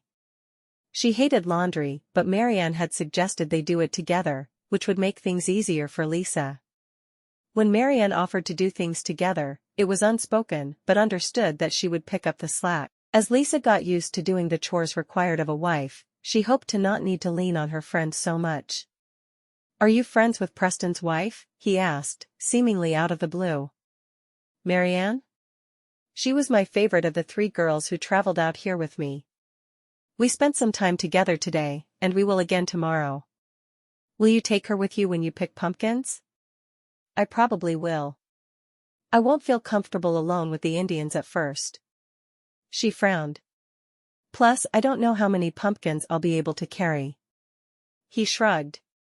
Maybe 2 or 3 with your apron? I don't know. I've never really carried pumpkins. He looked at her closer. Do I need to make you some sort of wagon to make carrying things easier? I wouldn't mind. Lisa looked at him, wondering if he was again seeing only her deformities. I can do things without. I know you can. Could you do things easier with? I probably could. Then I'll make one for you next weekend. I'll be too busy this weekend. Getting married makes everything a bit different. I would appreciate it. Lisa reached out and took his hand in hers. I'm glad I came all this way to be your wife. I am too. Wesley was surprised by how much he meant the words. All day, he'd thought of nothing but her little dog and how she would be a burden on him. Now that he was here with her, he could think of nothing but how pretty she was, and how much he wanted to kiss her. She smiled. I'm glad. I wondered last night. I needed a little time to get used to things. He traced her cheek with one calloused finger. May I kiss you, Lisa? Lisa's eyes met his, and she nodded. I'd like that very much. Maybe he didn't see her as a burden after all. He slowly lowered his head toward hers, kissing her softly. His lips moved against hers, and he put his free hand at the nape of her neck, holding her to him. You're a beautiful woman. She blushed, looking up at him. No man had ever kissed her before him, so she had nothing to compare his kisses to, but she had a feeling he was the best kisser in all the land. Do you feel better about our marriage today? He nodded. I do. I thought about it all day, as I said, and I really am glad you're here. Last night, I was afraid I'd never be able to touch you, for fear that I'd break you. I still think that you should have some time, before we, you know. But I don't think it needs to be a lifelong thing. You won't break me, Wesley. I'm a lot stronger than you think I am. She'd had to be strong, whether anyone believed it or not. She needed to not have people trying to protect her all the time. I'll take your word for it. I do think you deserve to have some time to get to know the man you married before we consummate our marriage though, don't you? She nodded. I wasn't sure how I'd feel about not waiting, but I don't want you to wait because you think you'll break me. I've had to be stronger than anyone you know. He smiled, stroking her cheek. Not anymore. Now you can lean on me. Lisa frowned. She wasn't sure she wanted to have to lean on anyone anymore. It was her time to get stronger. Chapter 5. As soon as Wesley left the next morning, Lisa pulled Clara out from under her bed. The cougar had cried a few times during the night, but Wesley was a sound enough sleeper that he hadn't hurt her. She fed the animal, holding her as she would a baby, cradled in one arm against her body. When the door opened while she was still feeding her, she jumped, but breathed a sigh of relief when it was only Marianne. She cried during the night, but Wesley never hurt her, thankfully. I was really worried he'd make me set her free. She's not ready for that yet. Marianne checked the bandage they'd put on the cougar's leg while Clara was distracted by her feeding. It still looks good. I'm glad. Lisa nuzzled her face against the cougar. She's such a sweet baby. She is. Marianne hurried over and washed the breakfast dishes. You don't have to do everything for me, Marianne. I really appreciate it, but I'm having a good day. I can handle it. But you have a baby to feed. I'm just helping out. Lisa knew that Marianne enjoyed helping those less fortunate than her, so she didn't say anything else about the other girl's help. I promised Wesley I would try to go pick pumpkins in a patch north of the village with the natives today. The natives? Did you find out what tribe they are? Wesley said they're Koska. He wants us to make an effort to become friends with the women, if possible. Their language will be difficult for us, but we can try. Marianne nodded. I'm more than willing. After the cougar was fed, they left Sophie with their charge and started walking north, using the sun as a guide. When they got to the pumpkin patch, they saw many of the native women there, gathering the ripe fruits. Lisa knew that even at her best, she could only carry one or two of the pumpkins, but she did want to get them, so she did her best to squat down next to one of the women, ignoring how uncomfortable it made her. The woman looked over at her questioningly. "I'm Lisa. I'm married to Wesley. Wesley, good man." The woman spoke better English than Lisa had dared hope for. "Yes. A very good man." Lisa used a knife to hack away at the vine to remove the pumpkin from the plant, and carefully set it to one side, before reaching to cut one more. The Indian woman watched her carefully, making Lisa a bit nervous. "What's your name?" she asked. "Laurel. Father white gold hunter. He name Laurel." Lisa smiled. She'd had no idea the woman was half white until she said something. "Did he find gold?" Laurel nodded. "Mother thinks so. He never come back." "I'm sorry. That's not the way a father should behave." Lisa wanted to apologize for her entire race, but she realized it wouldn't be helpful at all. She looked up to see Marianne watching her. She had cut 4 pumpkins from the vines, and was gathering them in her apron. "My friend's ready to go back. You should come and have tea." "No, go Wesley's cabin. Big cat hiding there." Laurel continued her work, not realizing the effect her words had on her companion. Lisa slowly got to her feet, careful not to twist her leg. She gathered her 2 pumpkins in her apron and waved goodbye to Laurel. "I hope to talk to you soon." She walked as quickly as her leg would allow, toward the village. "The Indians know about Clara. We have to find a different place to hide her." She hoped her friend would understand without her having to come right out and say it. Marianne shook her head. "I don't know where." "Your house. I need you to take her, Marianne. You can hide her for a while. That way if Wesley hears there's a cougar there, and if the Indians know, he'll find out, she'll be gone before he can do anything." "I don't know, I don't want to make Preston angry. But that's the brilliance of my plan." Lisa was out of breath, because she was trying to walk too quickly and carry the pumpkins as well. "By the time he finds out, you'll have given her back to me. Or maybe one of the other ladies. I hope they're around soon." Preston said something about all the Mounties meeting on Mondays. "Do you think they'll bring Elaine and Isabel?" "I hope so. I don't want them to disappear from our lives, just because they're not living in the same village we are." Lisa turned the subject back. "Will you hide Clara? Please?"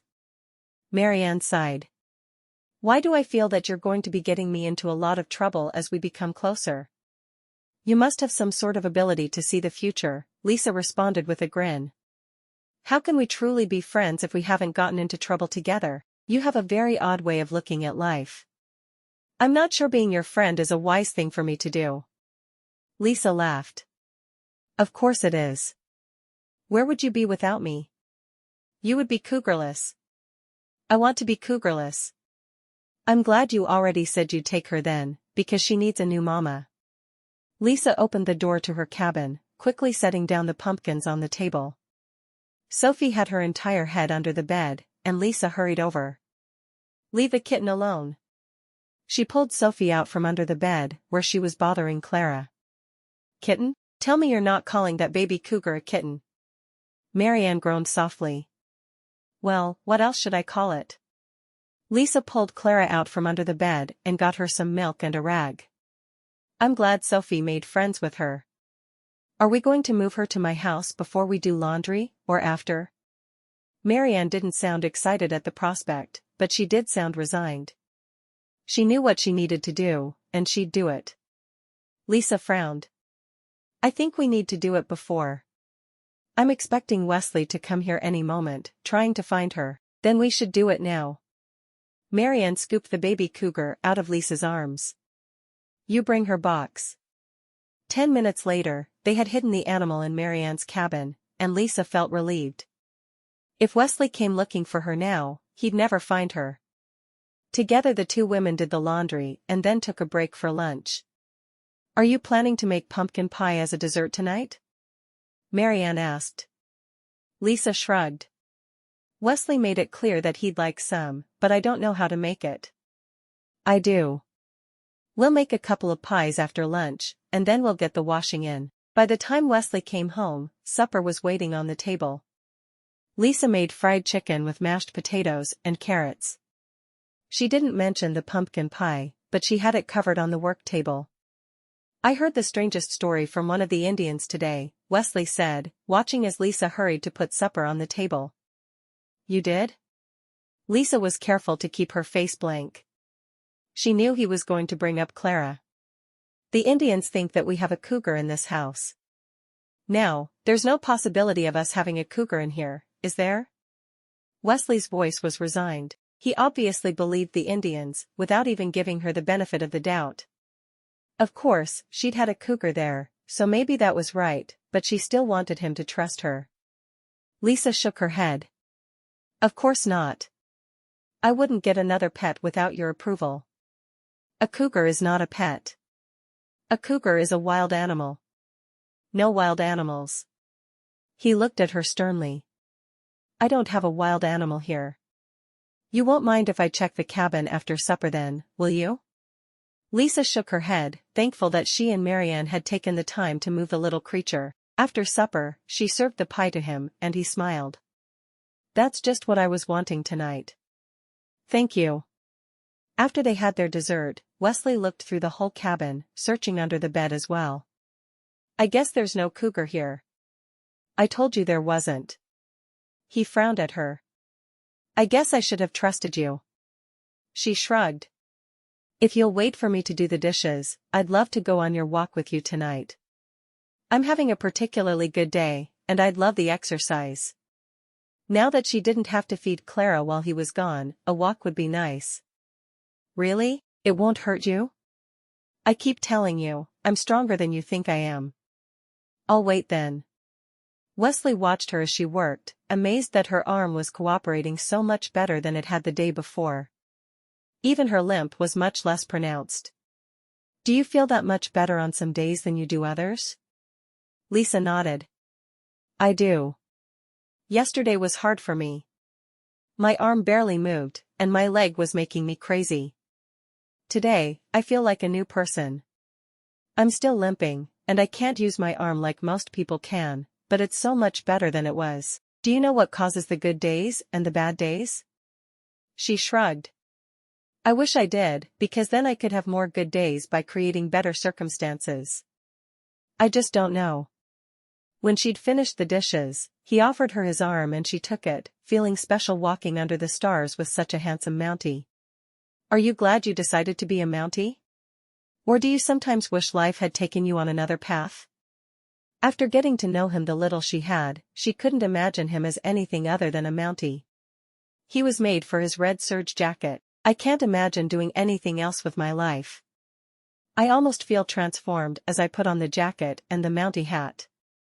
It makes me feel like I'm walking taller and prouder. Growing up in the orphan's home, I believed I was a burden on everyone around me. As soon as I was old enough, I joined the Mounties, never wanting to be a burden again. Lisa rested her face against his shoulder for a moment. I can't imagine anyone ever considering you a burden. He pressed his lips to her forehead. I'm glad you think so. But trust me, I haven't always been tall and strong. When I was little, I was just one of a number of boys in the house, and there was no one to tell us when we did something right. Only when we'd done something wrong. I was lucky with my parents. They were always there supporting me. I think in a way, they smothered me. I needed to come here to realize how strong I really am. And she was determined to make sure everyone knew she was even stronger than she thought she was.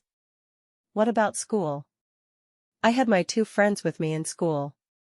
They were with me everywhere until they moved away. Lisa shook her head. I know that I'm strong, but I never needed to be with them, or with my parents. They were there to shelter me from all of life's storms. Wesley smiled. I'm glad they kept you safe for me. Now it's my turn to shelter you. Maybe you shouldn't shelter me, and instead, we should work together. I don't want to spend my whole life being taken care of. I want to be able to take care of myself. And others. She stole a glance at him in the dark. I want children. If I can't take care of myself, how can I take care of a baby? Can you have a baby without harming yourself? She shrugged. I believe so. My doctor has said there's nothing to indicate that I couldn't. That surprises me. It just seems like it would hurt you to have a baby. Are you sure? I am sure. I talked to him about it when I was a teenager and started wanting to be a mother. Wesley looked over at her. Is that why you got Sophie? Because you wanted to be a mother? I think so. That, and because she had no one else to take care of her. No one else wanted to put in the time and effort to take care of a very young, sick puppy. I was willing, because I had the time. She gave me something to take care of so I could stop worrying about myself.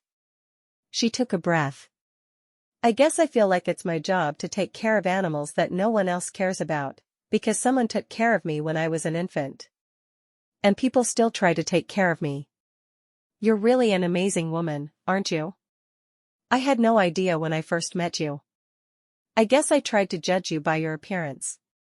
I'm sorry I didn't believe in you. Lisa sighed.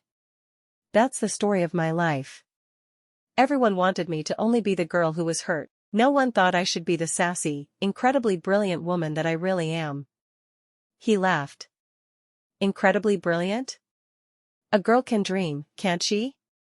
Sophie sniffed around at their feet, and Lisa loved watching her. She was obviously fascinated by their new surroundings. I think Sophie likes it here. Sophie has good taste. Wesley stopped at the edge of the river that ran along the edge of the village. This is my favorite assignment I've had so far. The people here are good people.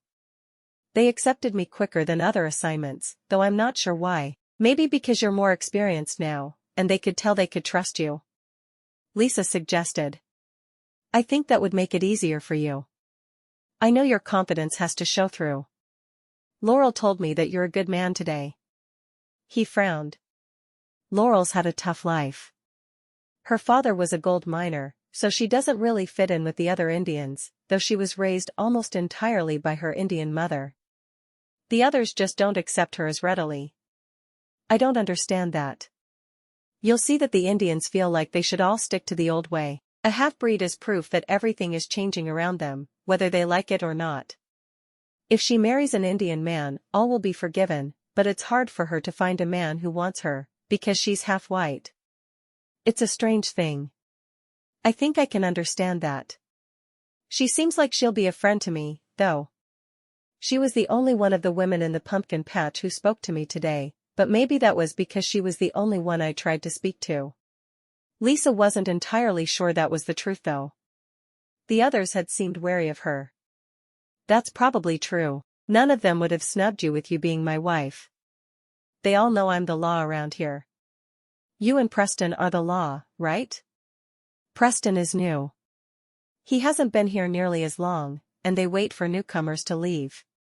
He needs to be here for all 4 seasons before they truly trust that he'll stay. They turned around there and headed back to the cabin. Do you have to work tomorrow? It was Sunday, and she wasn't quite certain if the Mounties worked on Sundays or not. No, but I do have to preach in the morning. The 4 of us take turns preaching, because we have no regular pastor around here. That's why the pastor was in a hurry when he married us on Thursday. That makes sense, I think. Lisa rubbed the back of her neck. Do you spend time with the other Mounties on Sundays? He shook his head. Not usually. Most of the Mounties have church services where they are. Preston will be there, and we could have dinner with him and his wife if you'd like. I'd like that a lot. What about on Monday? The other men come to town on Mondays. Will they bring their wives? He shrugged. I'm really not sure. Would you like them to? Lisa nodded. I would like that a lot. I'm not as close to the others as I am to Marianne, but I'd still like to spend time with them and get to know them better. They're good women. Lisa wondered briefly how many meals Isabel had managed to burn, but she didn't ask. She knew that the other woman wouldn't like for her to make fun of her, and she didn't want to hurt her feelings. She'd been very kind. Once they were back to the cabin, Wesley stayed outside while Lisa got ready for bed. He was determined to wait until she was ready before consummating their marriage, but he was also determined that they would consummate. It was a complete change from how he'd felt on their wedding night. When he joined Lisa in the cabin, she was sitting on the edge of the bed, waiting for him. He walked to her, sitting beside her. "Church is at 9 tomorrow morning. Occasionally one of the Indians will come and listen, but for the most part, it will just be me, you, Preston, and his wife." She shrugged. "I don't think we need a big congregation to worship. As long as we're gathering to talk about the Lord, we're doing the right thing. Do you want to invite Preston and his wife to have lunch with us after our service in the morning?" "I'd like that a lot. Marianne and I really enjoy one another's company." "I'm really glad. I want you to have a friend here." Wesley covered Lisa's hand with his and leaned toward her for a kiss. Lisa tilted her face up to meet his lips, glad that he was no longer acting as if they would never consummate their marriage. Sophie jumped up onto Lisa's lap, putting her head between theirs and making her laugh. "You make it awfully hard to get romantic, Sophie." Sophie licked each of their faces and jumped back down to the floor. She was obviously content now that she'd gotten in on some of the action. Wesley laughed. "She does make it hard to keep the mood, doesn't she? At least she's lovable." He got off the bed and put his pile of blankets onto the floor. "I won't be sleeping on the floor for much longer." Lisa smiled. "I hope not. It's going to be cold in this bed come winter." "Winter's coming before you know it. Very soon, it will be here. I'm glad we'll be able to spend it together." She was surprised at how quickly he'd come to accept her. Maybe there was hope for them after all. Chapter 6. There were only 5 people at their church service the following morning. Other than Lisa and Wesley were Preston, Marianne, and Laurel. After the service, Lisa once again invited Laurel to have a meal with them. Laurel seemed indecisive, but finally shook her head. Too many wild animals.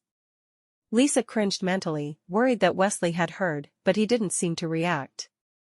"Well, I hope to see you soon then." Laurel nodded. "I see you." She left the small building that served as their church. Marianne met Lisa's eyes, shaking her head. Lisa knew she was worried about getting caught, but she wasn't really sure what to do about it. "Let's hurry ahead of the men, so we can start lunch," Marianne suggested. "I think that's a great idea." Lisa looked over at Wesley. "We're going to hurry to our house to get lunch ready. You two take your time to get back." Wesley's eyes narrowed, as if he suspected they were up to something, but he didn't argue. 20 minutes later, the men walked into the cabin. Lisa had gone over to Marianne's and fed Clara, while Marianne started lunch. She got back to her own home shortly before the men were there, so she hoped their secret was still safe. After eating a lunch of boiled potatoes, ham, and green beans, Preston suggested that he and Wesley walk Sophie together. There was apparently something he needed to talk to Wesley about alone. Lisa and Marianne did the dishes while they were gone, discussing Clara in whispers. "I don't see how they could possibly know," Lisa said for the 10th time. "I know they do. We have to figure out what to do with her. She can spend one more night in my house, but after that, she's got to be gone. She's getting healthier, and she's awake more hours. I don't think it's safe. It's not like they'll hurt us if they find her. They just might be a little mad.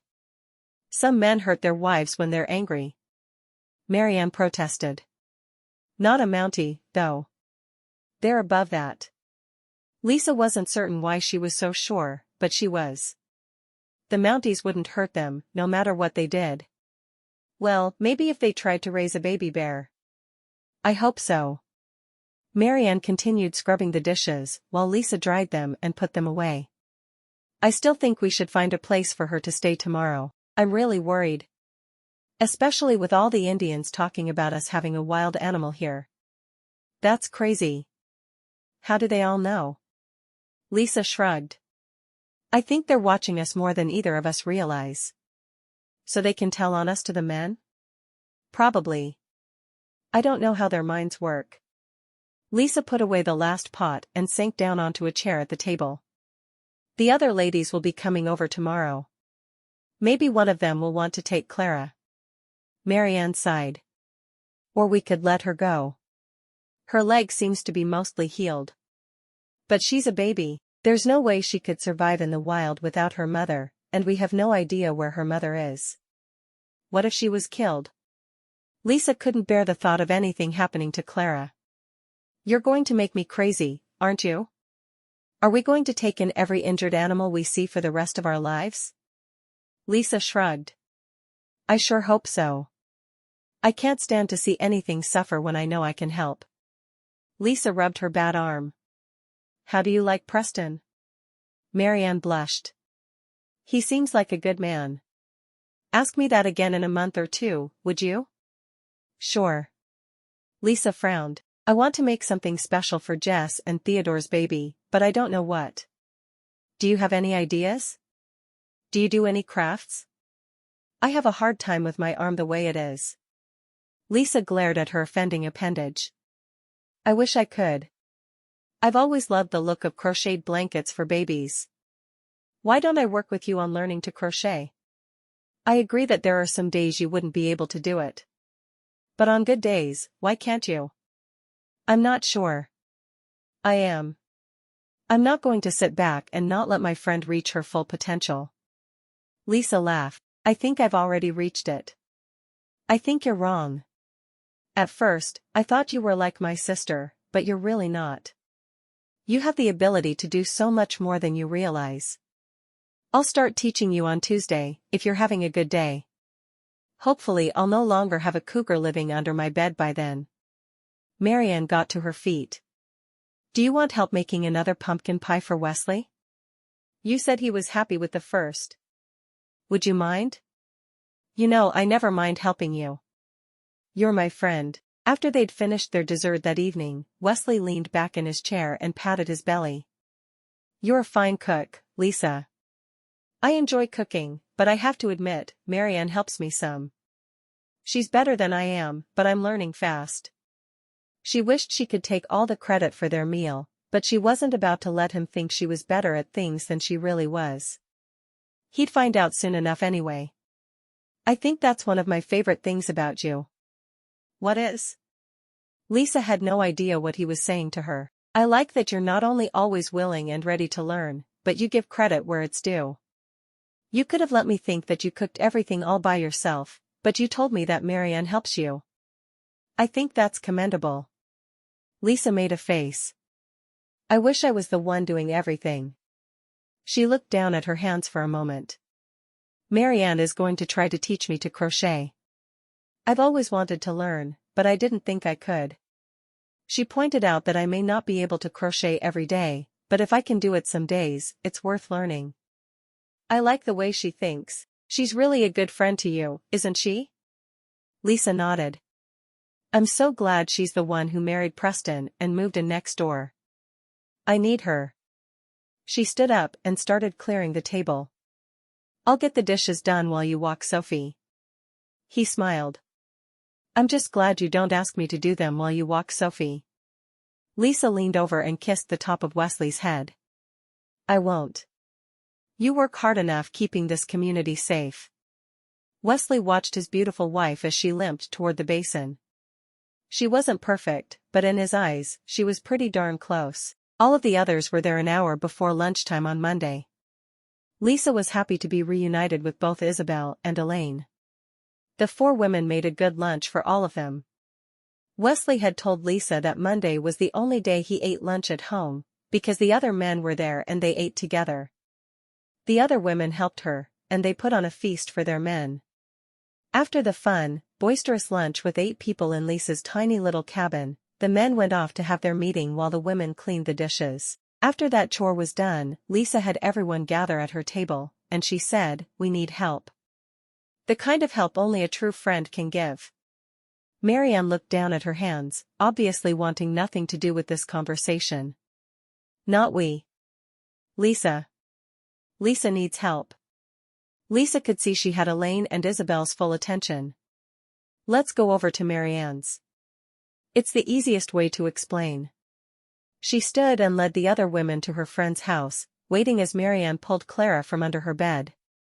I found her the day Miss Hazel left. She had an injured leg, but I brought her home with me to take care of her.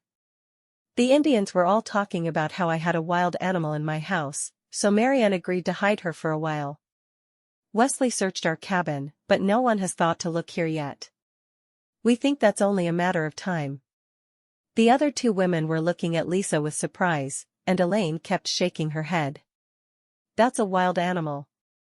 It could kill you. She's just a baby. Lisa protested. She picked Clara up and snuggled her under her chin. Now she still needs to drink milk, so I'm warming a little milk and dipping a cloth into it when I can. She'll drink it cold if she needs to. She thrust the cougar at Isabel. Here. Take Clara. You'll see how sweet and gentle she is. Lisa needed her friend to fall as much in love with the animal as she had. Clara? You named a baby cougar Clara? Isabel asked, unable to take her eye off the animal's little face. Lisa shrugged. Seemed like the thing to do at the time. Isabel took her and held her close. She's so soft. With a sigh of relief, Lisa picked up Clara's crate. She knew she'd won. She needs to be fed every 3 hours during the day, and if you can give her a good feed right before bed, she will make it through the night. She went on to give instructions for the care of the cougar, and Isabel seemed to be concentrating. Elaine was still shaking her head, obviously thinking her friends were crazy. Isabel smiled. I'm happy to take her for a while. She's such a sweetie. She frowned. I think I need to wait another week to take her with me. I have to get a place ready for her, and I can have Dermot bring the wagon next time. It will be easier to hide her in a wagon. All right. Lisa exchanged a look with Marianne. There would be a lot of praying done in the next week, trying to keep the men from finding out about their baby. The rest of the afternoon seemed positively anticlimactic to all of them, now that Clara was settled for a little while longer. Lisa still wondered how the Indians knew about their little pet, but hopefully they would escape notice by moving little Clara to the other village. Lisa walked with Wesley that night as far as the river that raged beside the small village. I love walking with you at night. Wesley slipped his arm around her shoulders. Enjoy the walks while you can. The weather is going to turn cold very soon, and we won't be able to do this for a while. Every time you mention winter, I get the impression that you're dreading it. He shrugged. You know, I love the Yukon in winter. It's a beautiful place, but it's absolutely frigid. More than anything, I'm worried about how you're going to handle winter here. I worry that you're going to feel worse with the winter and that you're going to hate being snowed in. So many women get cabin fever in the winters, with as isolated as it is. I might feel a little isolated, but we'll be so close to Marianne, I'm sure it'll be fine. She nodded down toward the little dog on the leash. And Sophie will keep me company. She's been my constant companion for 2 years. I hope you still feel that way in a few months. Make sure you have everything you need for winter projects this week. I don't want you to be caught with nothing to do when the snows start. And I have a feeling they'll be starting awfully soon. All right, I'll get what I need from Jed. She was a little intimidated by the shopkeeper, but that wouldn't keep her from getting what she needed. She would rise above her fears and inadequacies, no matter what it took. I have an account in the store.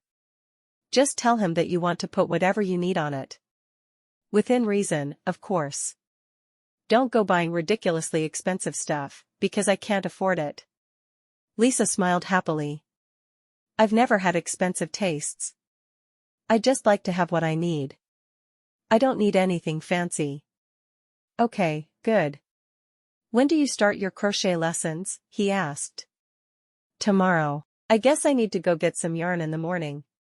She was nervous about trying to learn. She wanted to do it so badly, and she just didn't know if it would work for her. She didn't want to be left disappointed. I'll be out late tomorrow night, so don't hold supper for me. There's a cougar that's been coming into the village, and the Indians are getting afraid.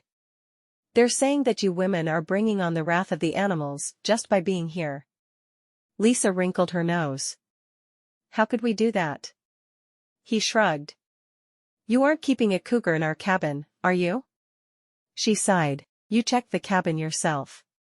I know. The Indian Braves are convinced that you're keeping one though.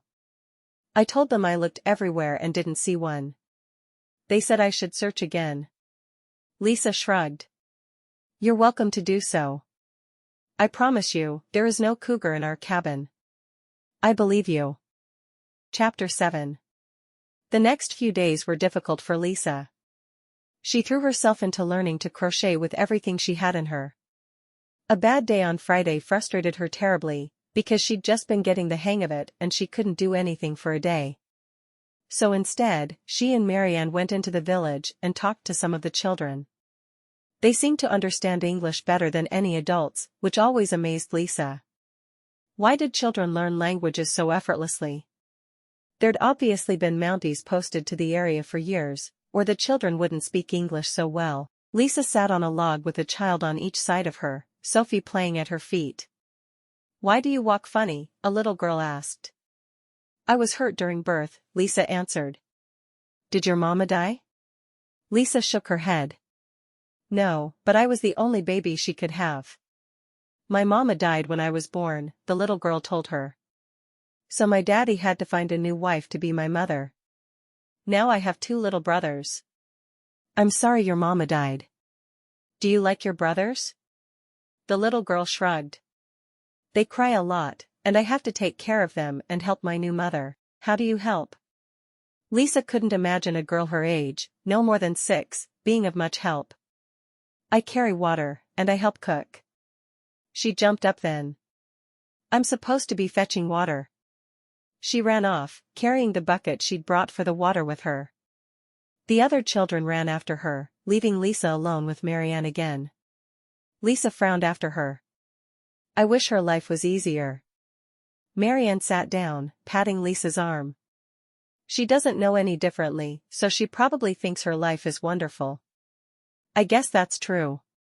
Think about it. I could ask you how cerebral palsy makes you feel, but would you be able to really answer? You've never lived any other way. Each of us has our burden to bear. Lisa nodded slowly. I guess you're right. I mean, I know that it affects my life in ways that I can't keep up with others, but maybe it's for the best. Who's to say I don't need to be this way for some reason? Maybe I'm supposed to develop a pill that will make the leg spasms stop. I wouldn't want to do that if I didn't have them all the time. She rubbed her leg, very annoyed with the spasms, which were particularly bad that day. That's true. See? Sometimes our circumstances make us special. God has reasons for everything he does. As Lisa fought through her tasks that afternoon, her leg throbbing and spasming the whole while, she told herself repeatedly that she was the way God wanted her to be. It always made her feel better, because she knew God never made mistakes. When Wesley got home, he saw the pain on her face. Let me put supper on the table tonight. You've done enough just by cooking it. He was concerned she'd fall and burn herself with the hot food. No, I can do it. You worked all day. He shook his head. Lisa, sit down and let me help you.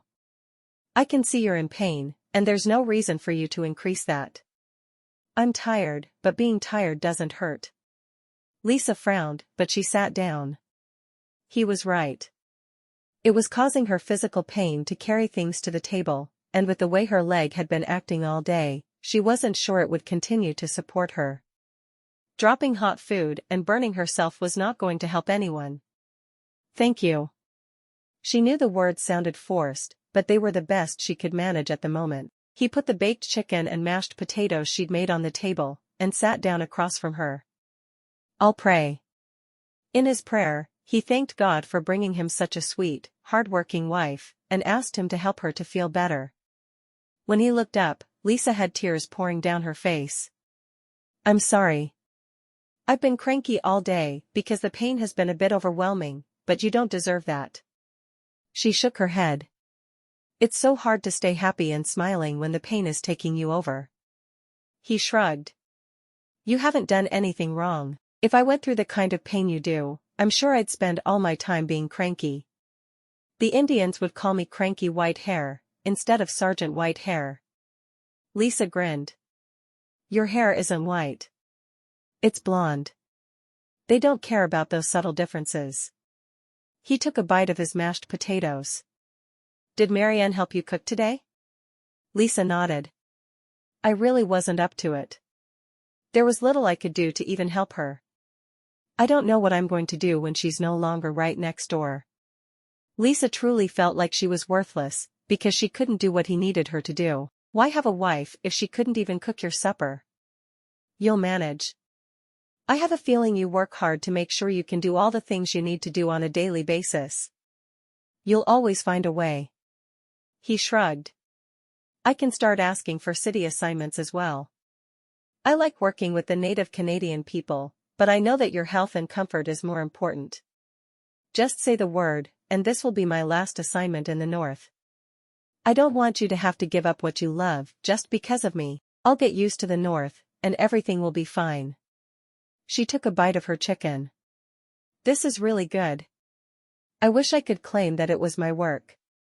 Thank God for Marianne. Wesley was home on Saturday, surprising Lisa.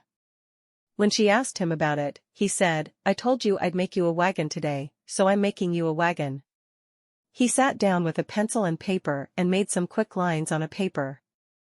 This is my idea. He turned the paper toward her so she could see it. This area here will be for putting anything you need to carry. He pointed to the back, which looked strange to Lisa. This part is for when you get fatigued. It will be the most comfortable chair I can possibly make out of wood. He frowned. If you feel up to it, you could even make a cushion for it sometime soon. That looks wonderful. I've never seen anything like it. He grinned. I really think it'll work well for you. He drew a few more lines. In the winter, I'll remove the wheels and add on runners, effectively turning it into a sleigh. You can still sit in it when you're tired, and you'll still have the area to carry things, but it will be easier to move through the snow. Lisa threw her arms around Wesley's neck, and he caught her waist, pulling her down into his lap. She was startled for a moment, but she dropped a kiss on his lips. He'd never been quite that physical with her, but she found she liked it a lot. Thank you for working so hard to design something that would be just perfect for me. You have no idea how excited I am to try it out. Shopping and rescuing baby cougars would be so much easier with something like that at her disposal. Perhaps she could even branch out to squirrels and wolves. I know you like to be independent, and I think this will make that easier for you. I was also thinking about building a tray on wheels, so that you could move the food from the stove to the table easier on bad days. Do you think that would help you? Lisa nodded. But I don't want you to spend all your spare time trying to make my life easier. I'm sure there are things you'd rather be doing. He shrugged. I've always enjoyed building things and working with my hands. I'd be honored if you'd let me build things to help you be more efficient. I want your life to be easier than it is, and I think with a few little contraptions, I can make it that way. I really appreciate you. When I first got here, I thought you were disappointed to get a girl who was broken, but now it seems like you care about me after all. I'm sorry I made you feel that way. It took me a bit of time to adjust, but I realize that you're a good wife to me. Lisa rested her head on his shoulder. I guess I need to get up so you can get to work, huh? That would be good. And maybe you could keep a pot of coffee on all day. Preston's going to help me, and he's a coffee drinker too. How else can I help? He shrugged. I think we're good as long as we have coffee fueling us. It's getting chilly, so we'll need to come in for coffee when we can. As soon as he was outside, Marianne came in and joined Lisa. What are they building? She asked. Wesley thought it would help me to have a wagon I could pull that has a seat, so I don't have to carry things, and I have a place to rest when I need to. It will convert to a sleigh in winter. Isn't that sweet? Marianne smiled. It is sweet. I think it's wonderful. Me too. I'm going to bake him a cake to thank him for making it. He and Preston will be coming in often for breaks, so I think I should have something nice waiting for them. That's a great idea. A cake? Or you could make gingerbread. That would be delicious with some whipped cream on top. Lisa looked in her cabinet and pulled out ingredients. I think I have what I need for gingerbread. Miss Hazel taught me to make it before the rest of you arrived. Not for the first time in the last few months, she wished her mother had pushed her to learn more things instead of coddling her. I'm glad you had extra time with Miss Hazel. She's a really nice lady. Crazy, but nice. Marianne sat and watched, crocheting constantly, as Lisa made the gingerbread. She was learning quickly that Lisa liked to be independent when it was at all possible.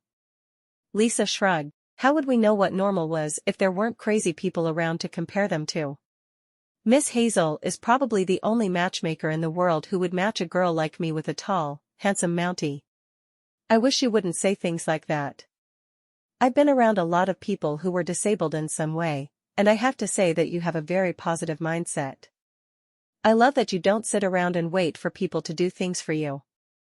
You get up and try to do them yourself. You know what?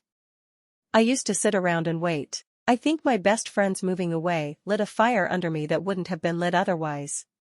They really got me to climb out of my shell and force myself to learn new things and to work harder. To work at all. She was ashamed of how she'd allowed everyone to do things for her in the past. I'm glad they moved away, then. You are really a strong woman, and I don't care what anyone says. Yes, you have your problems, but you're always willing to fight to do it yourself. Who could complain about that? Lisa slipped the gingerbread into the oven before walking over to the icebox to pull out the fresh cream. She poured some into a bowl and started whipping it, knowing it would make her good arm sore, but it was worth it to make something special for her husband and his friend who were laboring for her. I can't wait to see the finished product. I can't either. Marianne grinned. After you finish the whipped cream, you should sit with me and work on the Afghan for Jess's baby. You have to finish fast, because you know Joanne will need one before too terribly long, not to mention our babies needing them. At her words, Lisa frowned. Wesley still slept on the floor. She didn't know what it was going to take for her to convince him that she wouldn't break in half if he touched her. I'll do my best. I want to have Jess's to her before Christmas. I think that would be the perfect gift. Do you want children? Marianne asked softly. Yes, I do. I've always wanted a whole house full of kids. Of course, I think it would be better for someone like me to only have one or two at the most. Children are a lot of work. Lisa finished the whipped cream and walked to the side of the cabin with the bed to get her Afghan. It wasn't as perfect as Marianne's, but Marianne had been crocheting for years. She had never dared to try before Tuesday. I really like being able to make pretty things with my hands. Thank you for teaching me. I love being able to help you learn to do new things. I think you're an incredible woman, and there's no need for you to sit around bored when you can be doing things for others. Wouldn't it be fun to try to make Afghans for the Indian women who are expecting this winter? I think there are 3 or 4 of them who are in the family way here in the village. Oh, that's a wonderful idea. We could make some and have them ready, and every time someone has a baby, we could give them one. What a good idea, Marianne. Lisa got up to remove the gingerbread from the oven, inhaling deeply of the scent. Ginger is one of my favorite smells. Mine too. Marianne looked toward the door as it opened. Wesley and Preston came in, rubbing their hands together. It's cold, but we can't wear gloves while we're building your wagon, so we'll need frequent breaks. Lisa nodded. Sit, both of you. I'll get you some coffee and gingerbread. Preston smiled. I knew something smelled good. Marianne, did you make it? Marianne shook her head. No, Lisa did. She did a good job, too. Lisa carried 2 cups of coffee to the table and went back to cut the gingerbread. She was thrilled Marianne had said she did it. It would have been so easy for her to take the credit with her husband. Do you both want whipped cream? I do, Wesley said, smiling wide.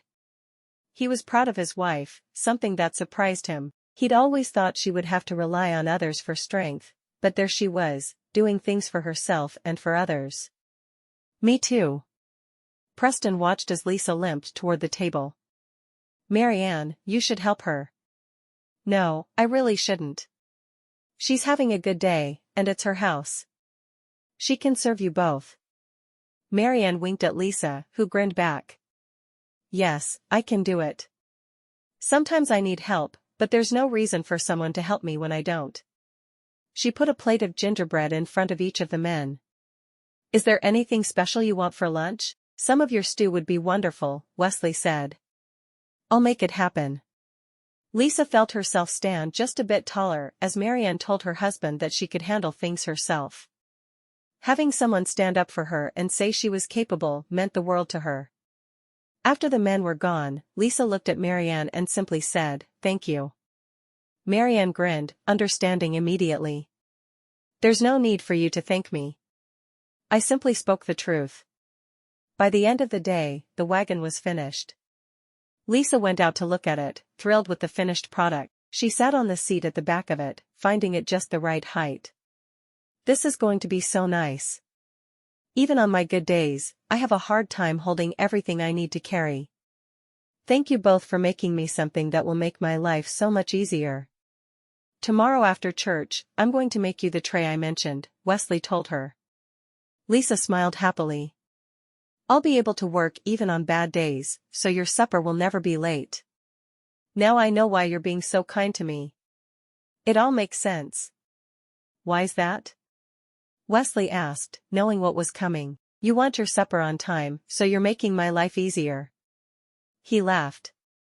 Sure am. I'm not a stupid man. He got up to go back outside and pressed a kiss to her forehead on his way. That evening, when Wesley took Sophie for her walk, Lisa went along with him, dragging her wagon. Wesley wanted to be sure she was able to handle it easily. I'll let you ride in it next time, Sophie, she said to the dog as they walked along by the river. Why? He asked. She likes getting exercise. That's the purpose of these walks, not treating her like a princess. Lisa shrugged. I like treating her like a princess. It's fun. You're really an animal lover, aren't you? Yes, I really am. I've always loved animals. I had the sweetest little kitten when I was a girl. And then after she died, I got Sophie. You haven't seen that cougar around town, have you? His abrupt change of subject surprised her for a moment. Lisa shook her head. No, I haven't. Maybe it moved on. I'm not so sure of that, he told her. Many of the Indians are still worried about it being too close to the village. Has anyone been hurt? Not that we can tell. He sighed. I wish I knew what was happening there. The Indians still blame you and Marianne for bringing the cougar here. Well, they can blame us all they want. I don't care. Lisa sat down on the seat at the back of her wagon, loving how smooth it was, and how easy to get up and down from. This is really comfortable. I was going to send the first Afghan I'm making to my friend Jess for her baby, but I think I just might keep it for my wagon. Then when I need to sit, I can cover up as well. The wagon felt like a huge luxury to her, and though she'd always hated the idea of wheelchairs, she knew that this would be a godsend. Then you'll just have to make her another one. And I will, Lisa said happily. I'll make a lot more. Marianne thought that we should make enough for all of the women expecting babies this winter. Then as soon as one gives birth, we can take her our gift.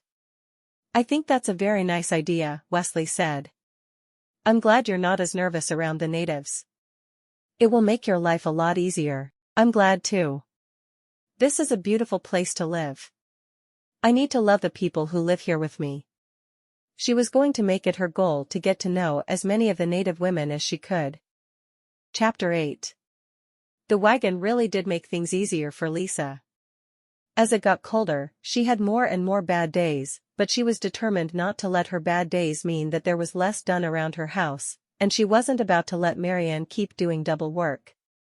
She kept pushing through, relying on her wagon when she needed it and using the tray on wheels Wesley made to serve dinner. It was sturdy enough that she could lean on it, which thrilled her to no end. There were days when leaning was the only option. Does the cold affect your bad days? Wesley asked at the end of the following week. It seems that the colder it gets, the more bad days you're having. Lisa shrugged. I think it must. I didn't have this many days with my leg not wanting to cooperate back in Ottawa. Now that I think on it, winters were always worse. She wasn't sure why she'd never put it together before. Probably because she hadn't been pushing to work hard, but had instead allowed people to do things for her. So it hadn't mattered a lot if her days were bad or good. Not until she'd started being self-sufficient. So knowing that, if we keep our cabin warmer, would that help? If you sleep with a hot water bottle or a hot brick? Maybe. I've never tried to do things like that to keep bad days from happening. I'm more than willing to give it a shot. Lisa was willing to try anything. She wanted to be the kind of wife her Mountie deserved, and she didn't feel like she could be with the constant bad days she was having. We'll try that tonight.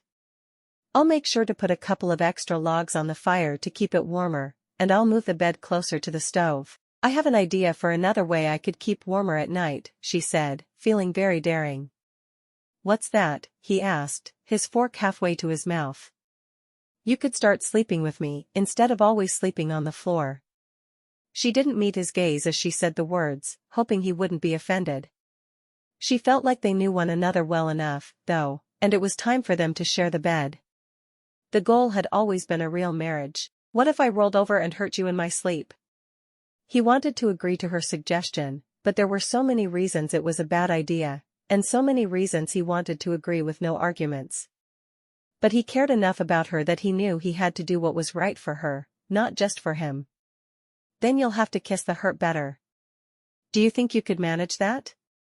He laughed. You never fail to surprise me, Lisa. She shrugged. That's what I'm here for. Just don't start getting on my nerves, or I'll have to pull out my secret weapon. Your secret weapon, huh? What's your secret weapon? Shoes. I like to throw them at people.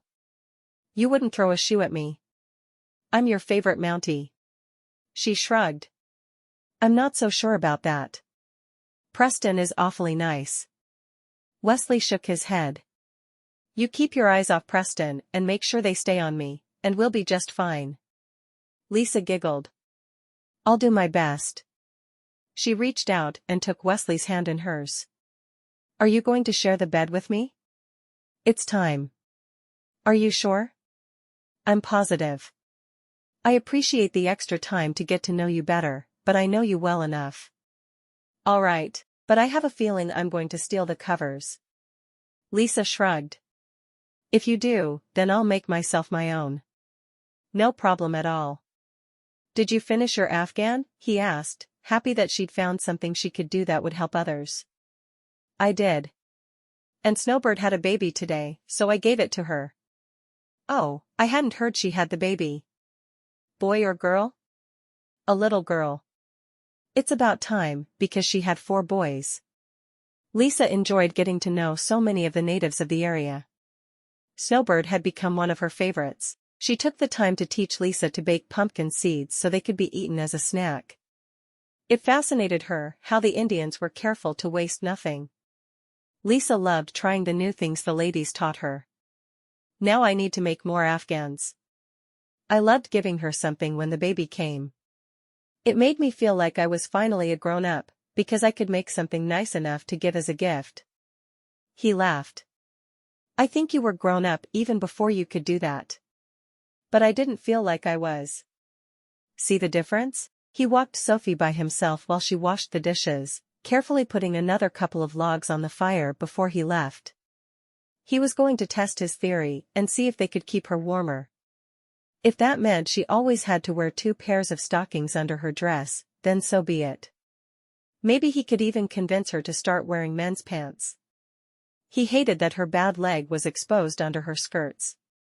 By mid-November, the snow was 3 feet deep all around the little village. The tiny cabin stayed warm, thanks to the extra efforts that Wesley made to keep it that way, and Lisa's bad days did seem to be less frequent. When she needed to go outside, she was almost guaranteed a bad day the following day, so she traded chores with Marianne. If she needed something from the store, she sent her friend, and in turn, she made a treat for the other couple. It seemed to work well. Lisa was feeling more and more confident that she could make it as a wife as her bad days became fewer and fewer. She'd taken to wearing pants under her skirts, and she almost always wore 2 pairs of stockings. With the way she dressed, she was sometimes downright hot in the middle of a snowy day. She laughed at herself, but she was thankful that she had a husband who cared enough to not only observe her patterns but work with her to make sure that she had better days. Sophie was loving the new climate. The piles and piles of snow were her new playground, it seemed.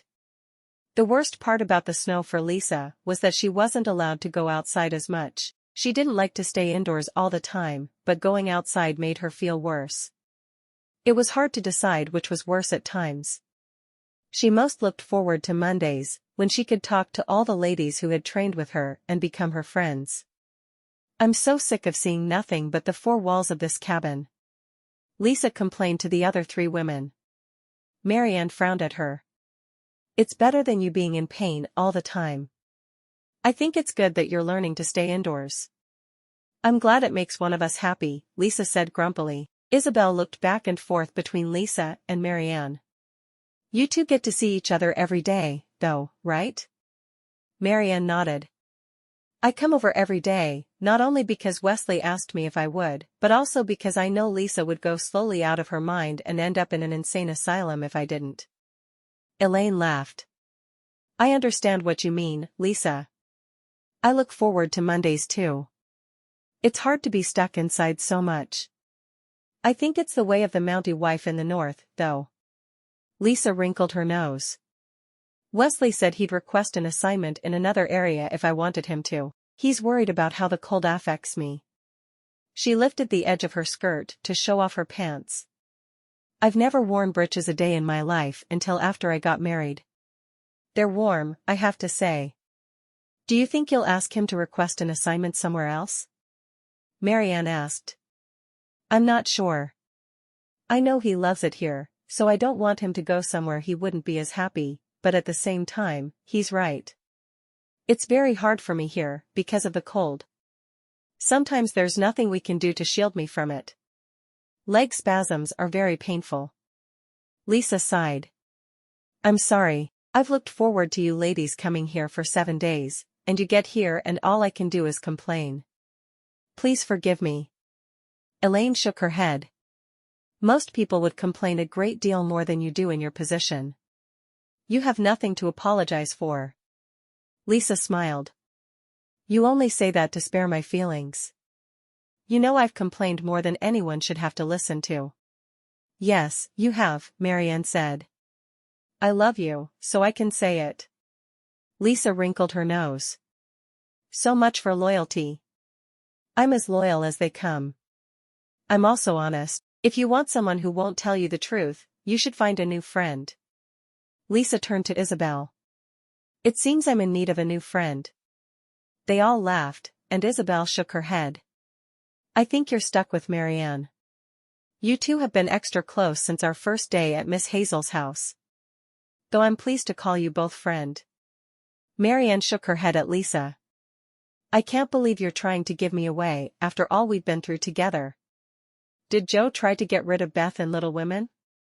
"I don't think so." Lisa made a face. "No, but they were sisters and had a blood bond. We just have a mail-order bride bond." She stopped for a moment, thinking. "But you know, a mail-order bride might just be stronger. We did travel across the country together to marry friends. So now you have to love me forever," Marianne said, nudging Lisa with her elbow. "You're stuck with me, just like Isabel said." Lisa glared at Isabel. "Why would you say such a thing?" "Just seemed like the thing to do at the time." Isabel jumped up. "We should bake a cake or something before we head home. I think Lisa would like that. You wouldn't even have to tell Wesley we helped you." "Yes, I would. I don't lie to my husband." "Not even about cougars?" Marianne asked. "Hey, I never lied. I just didn't say that a cougar had once been here. I honestly said that she wasn't at the time Wesley asked." Lisa knew it was splitting hairs, but she didn't care at that moment. Marianne shook her head. "Whatever. You know it was a lie of omission." "I never said I was perfect," Lisa responded.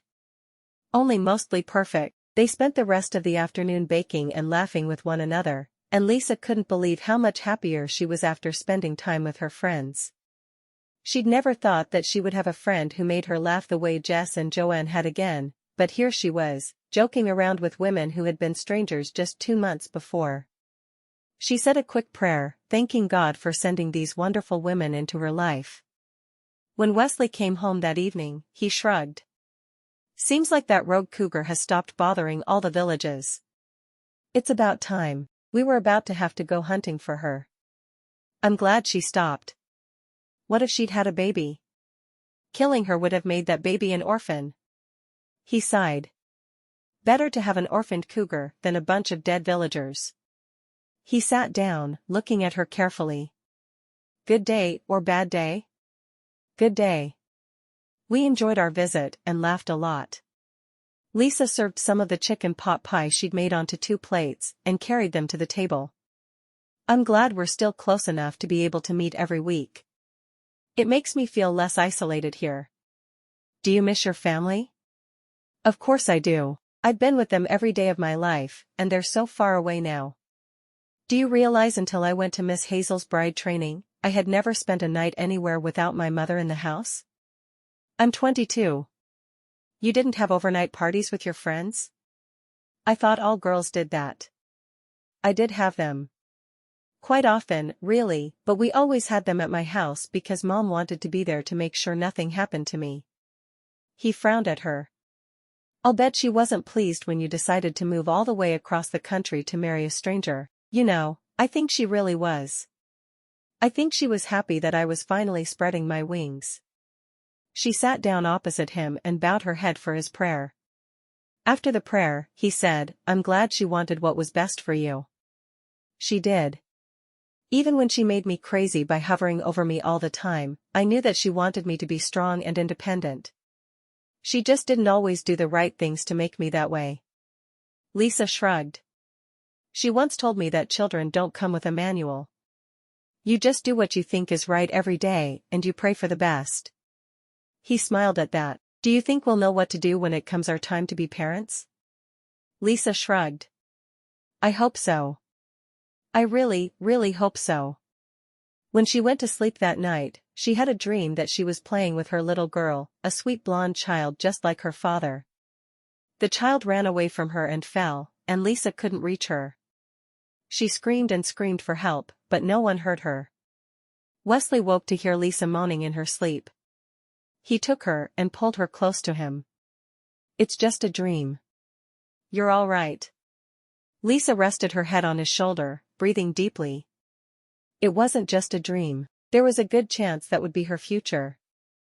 When Marianne visited the next day, she noticed how sad and withdrawn Lisa seemed. Are you having a bad day? Lisa shook her head. Well, I am, but not in the way you mean. She quickly related her dream to Marianne. It feels like it's a foreshadowing of what life would be like when we have children. Marianne shook her head. You can do more today than you could when I met you. You get stronger every day. In some ways I do. In other ways, I'm never going to be stronger.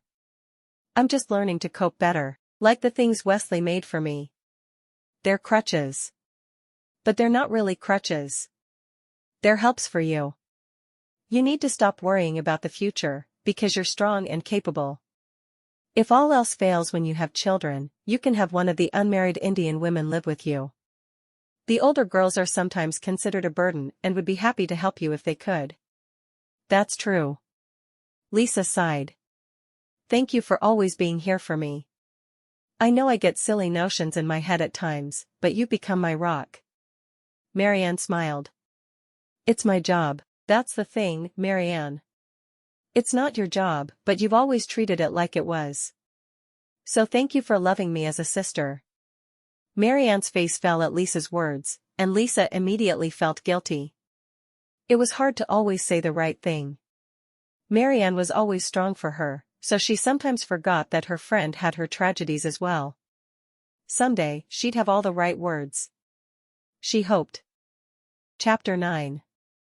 Before Lisa realized it, December had begun, and with it the secrets of the gift-giving season. She was working hard to make Wesley some new socks, with the help of Marianne. I don't know how I'm going to get done on time. Lisa told her friend. I feel like I'm having more bad days than good right now. Even with the extra things that I'm doing to ensure good days, it's just too cold. Have you talked to Wesley about it? Marianne frowned at her friend with concern. Lisa shook her head. No, because I don't want him to have to leave the job he loves to go south and do something totally different. That wouldn't be fair to either of us. She stretched out her bad leg, covered with a skirt, a pair of pants, a pair of long underwear, and 2 pairs of socks. She couldn't possibly wear more clothes. I think I'm going to need to get used to doing more than I do on my bad days. I think you're already pushing it, but you can do more if you're careful. I'm going to start walking on the bad days. I can toughen myself up and get more used to the cold. I think that's the best answer, don't you? Lisa had made up her mind. She was going to do it. There was no way to get stronger other than to push herself beyond what she thought was possible. I'll walk with you, if you'd like. Lisa shrugged. If you want to. Otherwise, I can take Sophie. I'll drag my wagon and sit down when I need to. She paused for a moment, thinking about it. It would probably be better if I did it alone so I could learn to be stronger. Just be careful. Always let me know when you're leaving so I know when to watch for you to come back if I don't go with you. I would hate it if you were hurt somehow. Lisa shrugged. I won't get hurt. Sophie will protect me. Marianne frowned down at the little fuzzy dog. She will? She's a vicious attack dog. She could fend off wild animals. With her tongue? Lisa made a face at her friend. Just because you've only seen her be friendly doesn't mean that it's the only way she can be, you know. Sure. Lisa refused to argue the point any longer. I think I'm going for that walk right now. She walked to the peg by the door and took her coat, scarf, hat, and gloves. I'll be back in a few minutes. I won't go far today. Only to the river. May I come? Lisa thought about it for a moment. This is a way for me to become more self-sufficient. Not a way for you to take care of me. Wait here, and come find me if I'm not back in 20 minutes. It was a 5-minute walk to the river and 5 minutes back. Her leg was extra slow, so she figured double time would be more than enough. I'll see you soon. She called Sophie, attached her leash, and walked out into the frigid cold outside. The cold told Lisa that all of Wesley's theories were correct. Her leg started spasming worse than ever, and through the thick coat she wore, her arm throbbed with pain. She put Sophie onto the wagon, which had the sleigh runners attached, and she pulled the contraption through the snow. All the way to the river and back, Lisa shivered and hurt. But she made it. When she reached the cabin, she pushed the door open, panting for breath. The snow was deep, making the way even more difficult than usual. She would make it though. She was determined. Marianne met her at the door, helping her to pull off her outerwear.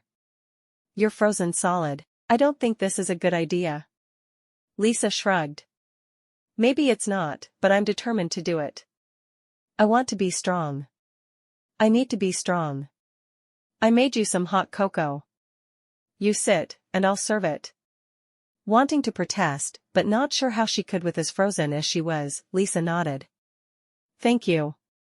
After 2 cups of the hot chocolate drink, Lisa felt mostly revived. I'm going a little further tomorrow. It's good for me. I'm not so sure about that. I think it may be really bad for you. Lisa shrugged. It's good for my future. I want to stay where Wesley is happy, not force him to go south with me for my health. I will be as healthy here as I've ever been back in Ottawa. I'm determined. Marianne didn't try to argue any longer. There was obviously no point. For the next 2 weeks, Lisa pushed her boundaries. Every day she walked a little further, and every day she came home frozen. Her limbs ached, and the spasms were getting worse, but she could make it further. She was fighting through the pain. Taking breaks frequently by sitting on her wagon, she learned that she could do what she set her mind to. She didn't tell Wesley how hard she was pushing herself, because she knew he'd never approve. Moving to the south wouldn't make her stronger, it would just keep him from living his dream. "I saw you out walking while I was on patrol today," he told her as he came in after a particularly difficult day at work. "Oh, you did?" she asked casually, trying to act like it was the most normal thing in the world for her to be out wandering around in the dead of winter. "Yes, I did." He frowned at the thick, hearty soup she'd put in front of him. "Why were you out in the cold? Was Marianne feeling poorly?" "No, she was fine. I'm just learning to make it out on my own." "But it causes you extra pain." "I don't want you to do that again." Lisa didn't respond. She wasn't about to lie to him and tell him she was going to stop her walks, but she wasn't going to stop her walks. So he was going to have to get used to the idea of her walking on her own. "Lisa? I said I don't want you walking outside when it's this cold again."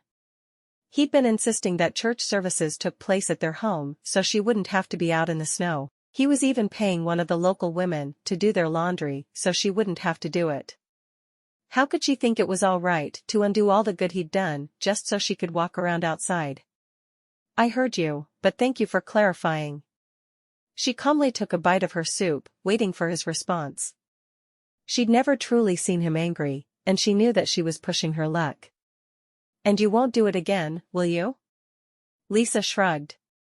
"I'm trying to get stronger." "By hurting yourself? Why would you do that?" "I need to prove to myself that I can handle the cold weather. I need to prove it to you as well. I'm a strong woman, Wesley. I won't spend the rest of my life wrapped in wool in case I might get cold." She looked at him for the first time since they'd started the argument, and she let him see the defiance shining from her eyes. "You'll stop."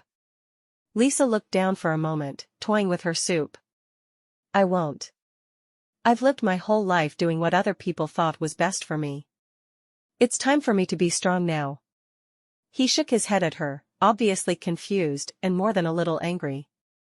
"You won't get strong by killing yourself. What if you get stuck out there? What if your leg spasms and you can't make it home?" "My leg spasms every step of the way. That's why I take the wagon. I sit down when it gets bad, and I take a break. But then I walk the rest of the way home." "What are you going to do when you can't make it back?" "You could die out there." "I could. But you know what? I'd do it on my terms. I'm careful. I keep a quilt in the wagon along with some wood and some matches. If it gets too bad for me to walk home, I'll make a fire." Wesley closed his eyes and counted to 10. "I don't want you hurting yourself. What happens if you still can't make it home after you've heated yourself by the fire? What happens then? Marianne always knows that I'm going and about how long I think I'll be gone. I give her the route I'm walking. If I don't come back, she'll come looking for me." "But she can't bring you back." Lisa met his eyes, knowing hers were full of determination. "She can come get you. She can help me onto the wagon and drag me back if she needs to. I will survive." "Do you know why I'll survive?" His eyes were flashing with anger. "Why do you think you'll survive?" "Because I'm a survivor. I was only 4 pounds when I was born. Did you know that? The doctors all said there was no way I'd make it. But I fought to live, and I surprised everyone. Now look at me. I'm an adult, and people still think they know what's best for me, but you know who does know what's best for me? I do. And I'm going to walk through the snow every day, because I think it will make me stronger." Her words got gradually louder as she spoke, until she ended on a near shout. She was sick of people acting as if she was an invalid, because she was capable of doing anything she set her mind to. All of the blocks and barriers over the years were there, because people said she couldn't do certain things. Well, she could. Anything she wanted to do. Wesley stared at his sweet bride with shock on his face. He'd never heard her raise her voice. "So you're going to continue to do what you want, even if I forbid it? Haven't you realized yet that I have my own mind, and I'm my own person? You married a sassy woman with cerebral palsy, and I'm not going to change into someone else just because you think I should." For the first time since she'd arrived in Moose Lick, Lisa hated the little cabin. She wanted to go into another room and slam the door, but there was no other door. And she wasn't stupid enough to go outside in the cold for the second time that day, just to avoid him. "I think it's time for you to walk, Sophie, because I need a little time where I don't see your face." She cleared the table, ignoring the look of utter shock on his face. Once he was outside, she'd open the door just so she could slam it. She might throw a shoe at it too. Nothing felt better than throwing a shoe when she was angry. Wesley sat for a moment, struggling with his anger. She was right though. He needed to go for a walk, to avoid saying something he would definitely regret later. He hooked up Sophie's leash and left without another word. As soon as the door closed behind him, Lisa rushed over to the door and opened it as far as she could before slamming it. That felt good. Almost as good as throwing a shoe. She found one of his boots in the corner of the cabin and threw it against the closed door, shocked when it opened immediately after it hit. "Did you just open the door so you could slam it?"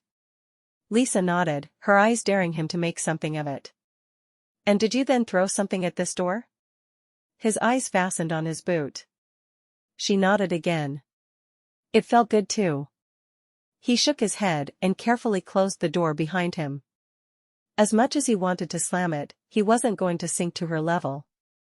Didn't she realize he only wanted what was best for her because he loved her so darned much? Slamming doors and throwing boots. What kind of a crazy woman had he married? Lisa was still angry the following afternoon when she once again set out on her walk. She stopped next door to let Marianne know she was on her way out. "I'm taking my wagon and Sophie. I should be back within 45 minutes. I'm going to walk along the river." Marianne said the same thing she said every afternoon when Lisa left on her walk. "Be careful." Lisa nodded. She had told Marianne she wanted to be alone that day, so her friend had stayed home. Lisa walked faster than usual, ignoring the pain in her leg. She was angry enough to move quickly, trying to burn some of the emotion off. As much as she loved her husband, she wouldn't be ordered around by anyone. She stopped in her tracks. She loved Wesley? When had that happened? And how had it happened without her even realizing it? She walked slower for a while, her eyes a bit dazed. Her leg spasmed, and because she was distracted, it jerked out from under her and caused her to lose her balance. Before she knew what was happening, she'd fallen down the embankment beside the edge of the river, her bad leg twisting under her.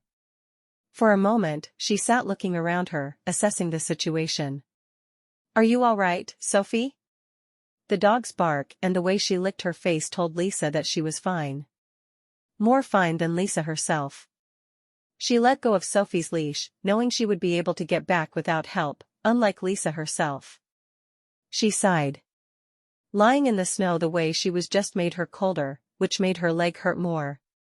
No, it was her ankle that hurt more. She must have twisted it in the fall. She reached over to the wagon, which had fallen down the bank beside her, and she found the wood she kept there for emergencies, plus the matches. She moved some snow out of the way and carefully started a small fire to warm her. She hoped that once her leg warmed a little, she would be able to climb up the embankment, which was steep. Much steeper than she had ever climbed.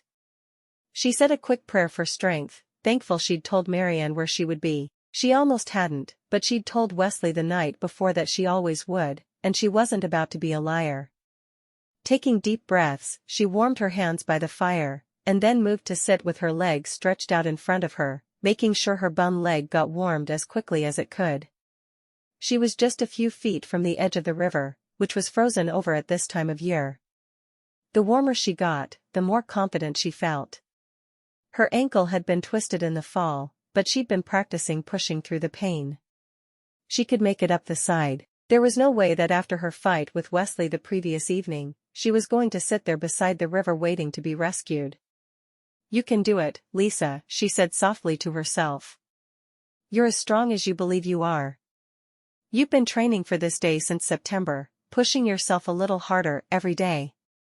This is where it pays to be sassy. You're going to conquer the walk up the bank and all the way home. I'll even let you have an extra one of those cookies you baked this morning if you can do it before Wesley gets here. You have to show him. You just have to." She felt like a fool talking to herself aloud in a public area, But she had to keep reminding herself of all the reasons why she had to get up on her own.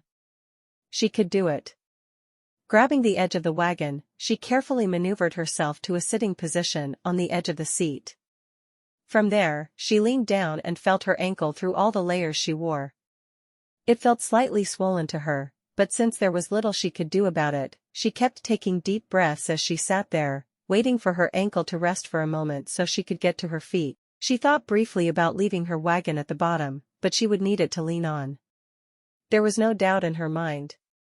Her ankle was sprained, but she didn't think it was broken. Taking one more deep breath, and saying one more silent prayer for help, she got to her feet, ignoring the intense pain shooting up her left leg. Now she was not only dealing with muscle spasms, she was fighting against her sprain. Looking at the slope she had to climb, she shook her head determinedly. There was no doubt in her mind that Wesley would find her and rescue her. She'd left the trail of breadcrumbs so he could do just that. But she didn't want him to. This was one time where the hero didn't need to rescue the heroine. No, this time the heroine was going to rescue herself, no matter how much it hurt. It was slow going. She carefully crawled up the side of the embankment, the handle for her wagon in her good hand the whole while. That left her bad hand to do the climbing, but it didn't matter. She'd recover later. For now, she had to rescue herself. She was inches from the top, completely out of breath, when she heard her name being called over and over. Marianne. I'm all right. Thank God. Marianne was peering over the edge of the slope at her. She offered her hand, but Lisa didn't take it. Forgive me for sounding ungrateful, but I've gotten up this far on my own. I have to prove to myself I can do it. Marianne grinned, nodding. She backed up, but looked like she was ready to jump in and help at any moment. Where's Sophie? Lisa shrugged. She went for help. I was sure she'd go to you. She crawled the last few inches, and with a big heave, pulled her wagon over the edge and collapsed in a heap. I think my ankle is badly sprained. I'm probably going to need you to drag me back to the cabin. Marianne's eyes grew wide and she shook her head. I have a feeling that's not going to be necessary. It was then that Lisa noticed the shadow on the ground, the long shadow of a man on a horse, the man wearing a Mountie hat on his head. Lisa wanted to burrow into the snow, but she knew it was time to face the music. She turned her head and gave her husband her best smile. Hi, Wesley. Fancy meeting you here. Chapter 10. Wesley ignored Lisa, instead looking over at Marianne. Would you mind getting her wagon and Sophie home? He wouldn't be able to handle the wagon as well as his wife. Lisa needed all his attention at the moment. Marianne shook her head, biting her tongue against what she wanted to say. I'd be happy to. She didn't bother to look down at Lisa, still on her bottom in the snow, as she picked up Sophie's leash and the handle of the wagon and headed toward home. Wesley threw one leg over the back of his horse and dismounted, scooping Lisa up in his arms in what to her seemed to be the same motion. She was impressed, but she knew better than to say anything. He was angry, much angrier than she'd ever seen him, and she wasn't about to push her luck. Still, she had to admire his strength. He put her on the horse's back and climbed up behind her. Just don't talk for a minute. He needed to calm down before he started yelling at her. He didn't think a man should ever yell at his wife, but Lisa, she could make a saint scream. Lisa struggled to stay quiet. She knew he would be angry if she spoke, but it was so hard not to try to defend herself. Instead of speaking, she leaned back against him. His horse, Bobby, was well trained and took them straight home. It seemed like Wesley was making no effort to guide the horse, or was it steer? Either way, it seemed effortless. When he stopped at their front door, he dismounted and reached for her, carrying her into the house and setting her on the bed. Don't move a muscle until I come back to look at your ankle. Every move he made was angry. He didn't slam the door, but it seemed to take everything inside him to avoid doing it. Lisa watched him leave before she took off her ankle boot and 2 pairs of socks. She was on her feet, trying to shimmy out of the silly breeches he insisted she wear, when he came back into the cabin. I told you not to move. May I speak now? She asked, needing to tell him what had happened. She had a right to explain herself, didn't she? It would probably be in your best interest not to say another word until I assess the damage. He shook his head at her. I asked you to stop going out alone, and you went out anyway. And you hurt yourself. Why do you think I didn't want you going out alone? Lisa shrugged, doing her best not to speak if he didn't want her to. She dropped the pants to the floor, and keeping her weight on her good foot, she sat down and kicked the pants away. She wasn't going to say another word until at least some of his anger passed. Wesley glared down at her. Don't you have anything to say for yourself? You told me not to talk. You can't have it both ways. You're being very difficult, Wesley, and I think there's something wrong with your eye. It seems to be twitching. He closed his eyes and counted to 10, wondering if God was laughing at him for falling in love with such a sassy wife. He wanted to shake her and kiss her at the same time, and he knew neither thing would help at all. The woman was clearly insane. He dropped to his knees in front of her, pulling his gloves off and gently placing her foot on his knee. His fingers expertly felt along her joint, finding the swelling, but thankfully there didn't seem to be a break. I don't think you've broken it. I could have told you that. It doesn't hurt enough to be broken. I think it's just a really painful sprain. His glare was enough to quiet her again, but she was getting tired of not saying exactly what she wanted to say. She had done something that was nothing short of miraculous that day. She'd climbed up an icy snowbank with a sprained ankle, and she'd done it with no help at all. As soon as he was finished being angry with her, she'd tell him just that. How long were you down there before you made it out? He didn't mention where, but then they both knew where he was talking about. She shrugged. Not long. I realized I couldn't immediately get to my feet, so I built a small fire to help my leg warm up and stop spasming. And then I climbed up the bank, pulling the wagon, with a sprained ankle, mind you. And no help. I'm not an invalid after all. He shook his head. You are now. You can't walk on this ankle for at least a week. What were you thinking? Have you lost your mind? My mind seems to be as intact as it ever was. I'm getting stronger, Wesley. Can't you see that and be happy for me? He swallowed the words that were on the tip of his tongue, because they would have only come out in a shout. I'm happy that you're getting stronger, he finally said. But I'm not happy that you didn't listen to me. You put yourself in danger. What if I hadn't been able to find you? Do you have any idea what kind of terror I felt when I saw Sophie come running toward me with her leash attached? Lisa sighed. I'm sorry I frightened you, but that still doesn't negate the fact that I made a major accomplishment today. I've been working since before I met you on doing things for myself. On standing longer. On pushing myself when I just wanted to lie around and let others do for me. And today, I did something no one ever thought I could do. I want to spin in circles and sing. But you can't spin in circles, because you can't stand up. Wesley shook his head, trying to clear it of the anger, which seemed to be the only thing he could feel at the moment. Well, anger and relief. He was so relieved she was all right. Please don't ever scare me that way again. Lisa patted the spot on the bed beside her, silently inviting him to sit with her. Once he was there, she leaned her head on his shoulder. I understand that you want to protect me and take care of me. I do. I also know that I can't sit around and let someone else tell me what to do and try to run my life ever again. I'm too strong for that. As much as I love you, I can't sit somewhere and let myself be ordered around as if I was a child. I don't want to order you. I just want to keep you safe.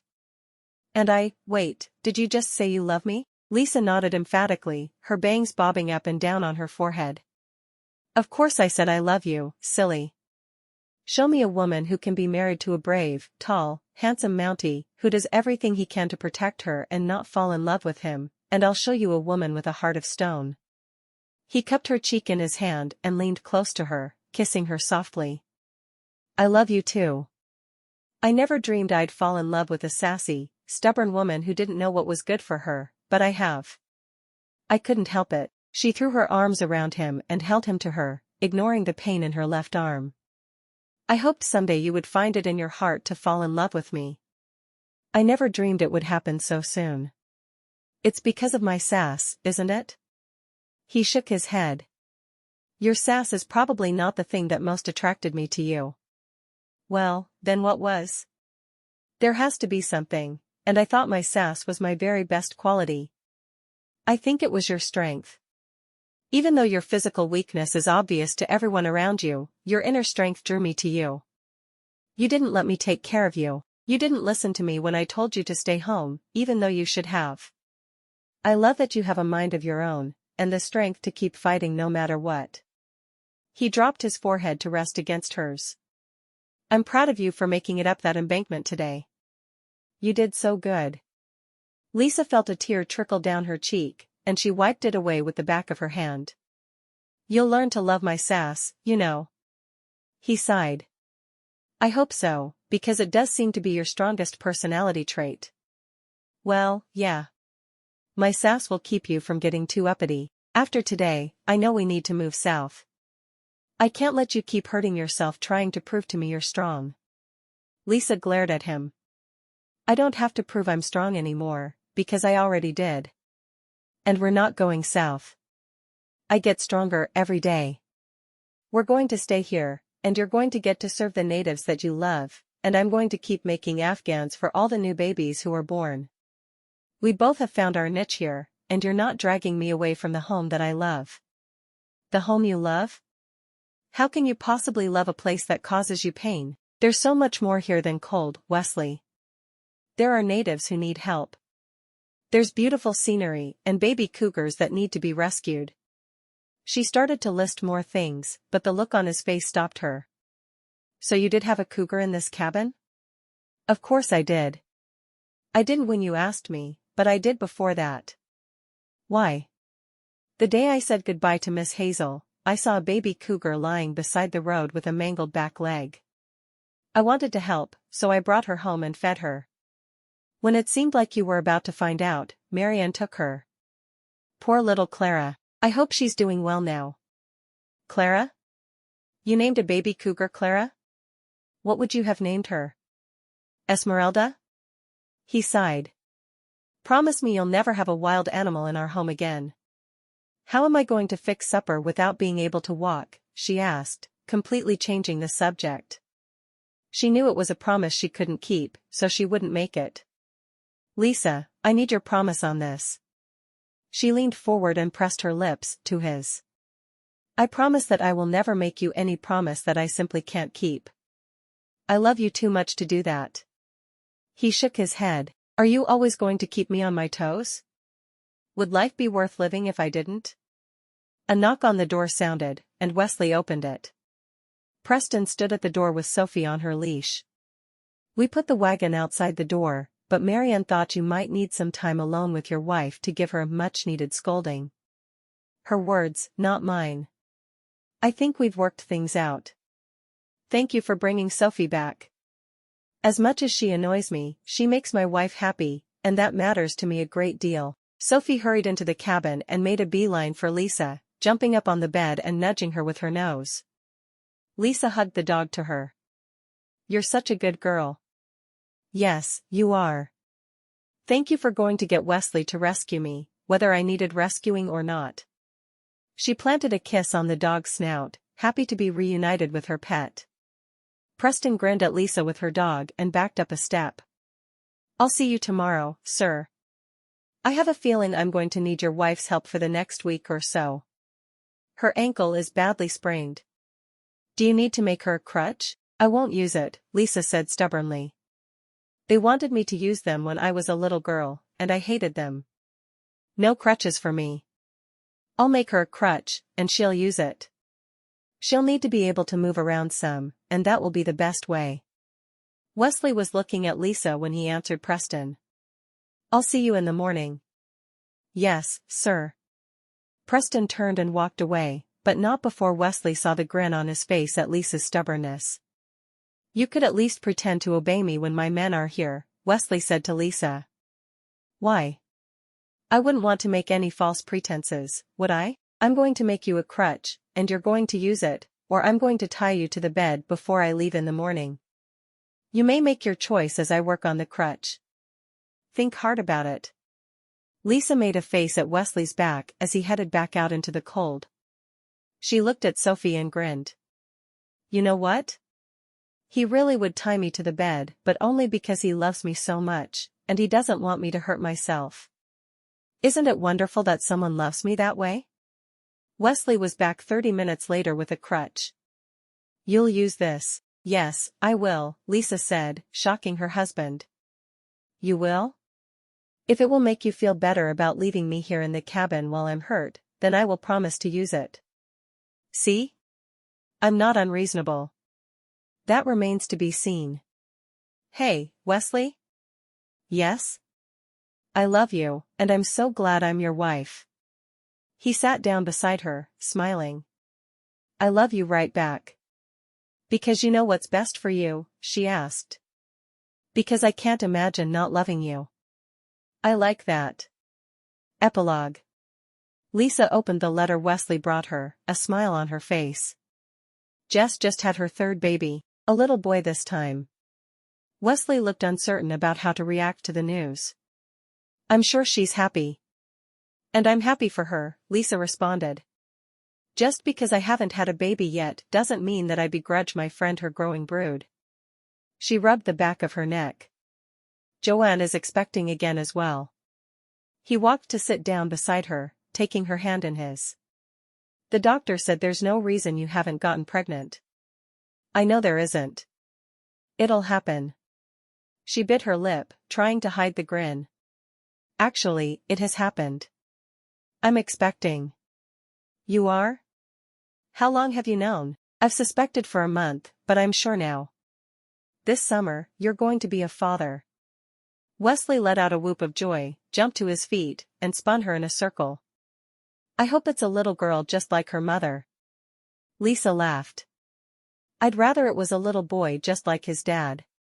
She rested her head against his shoulder. "You're happy?" He nodded. "A little worried about you, of course, but I always will be. I'm thrilled to be a father. I can't wait to hold the baby in my arms." He sighed. "I was beginning to think it would never happen. I just would have gone to an orphanage and picked one, then. Think of how much you'd have loved to be adopted by a Mountie when you were a boy." "How long have you been thinking of that?" "Since the day we met, if not before. I was always uncertain about whether I would actually be able to have a baby, so I had a backup plan." Wesley shook his head. "Of course you did. You never do anything the way I expect." "No, I don't. You need to be kept on your toes." She grinned at him. "Speaking of which, I found a baby wolf this morning." "No. You are not bringing a baby wolf into this home, please?" He simply shook his head. He'd been right. Marriage to her would never be simple, but after 5 years, he knew that it was the best thing that could have possibly happened to him. If you enjoyed this book and would like to receive emails when Kirsten has new books out, please text Bob to 42828. Please consider joining the Facebook group for the Mail Order Mounties. All 4 authors interact with readers, there are fun contests, and you have the chance to make a difference in the stories.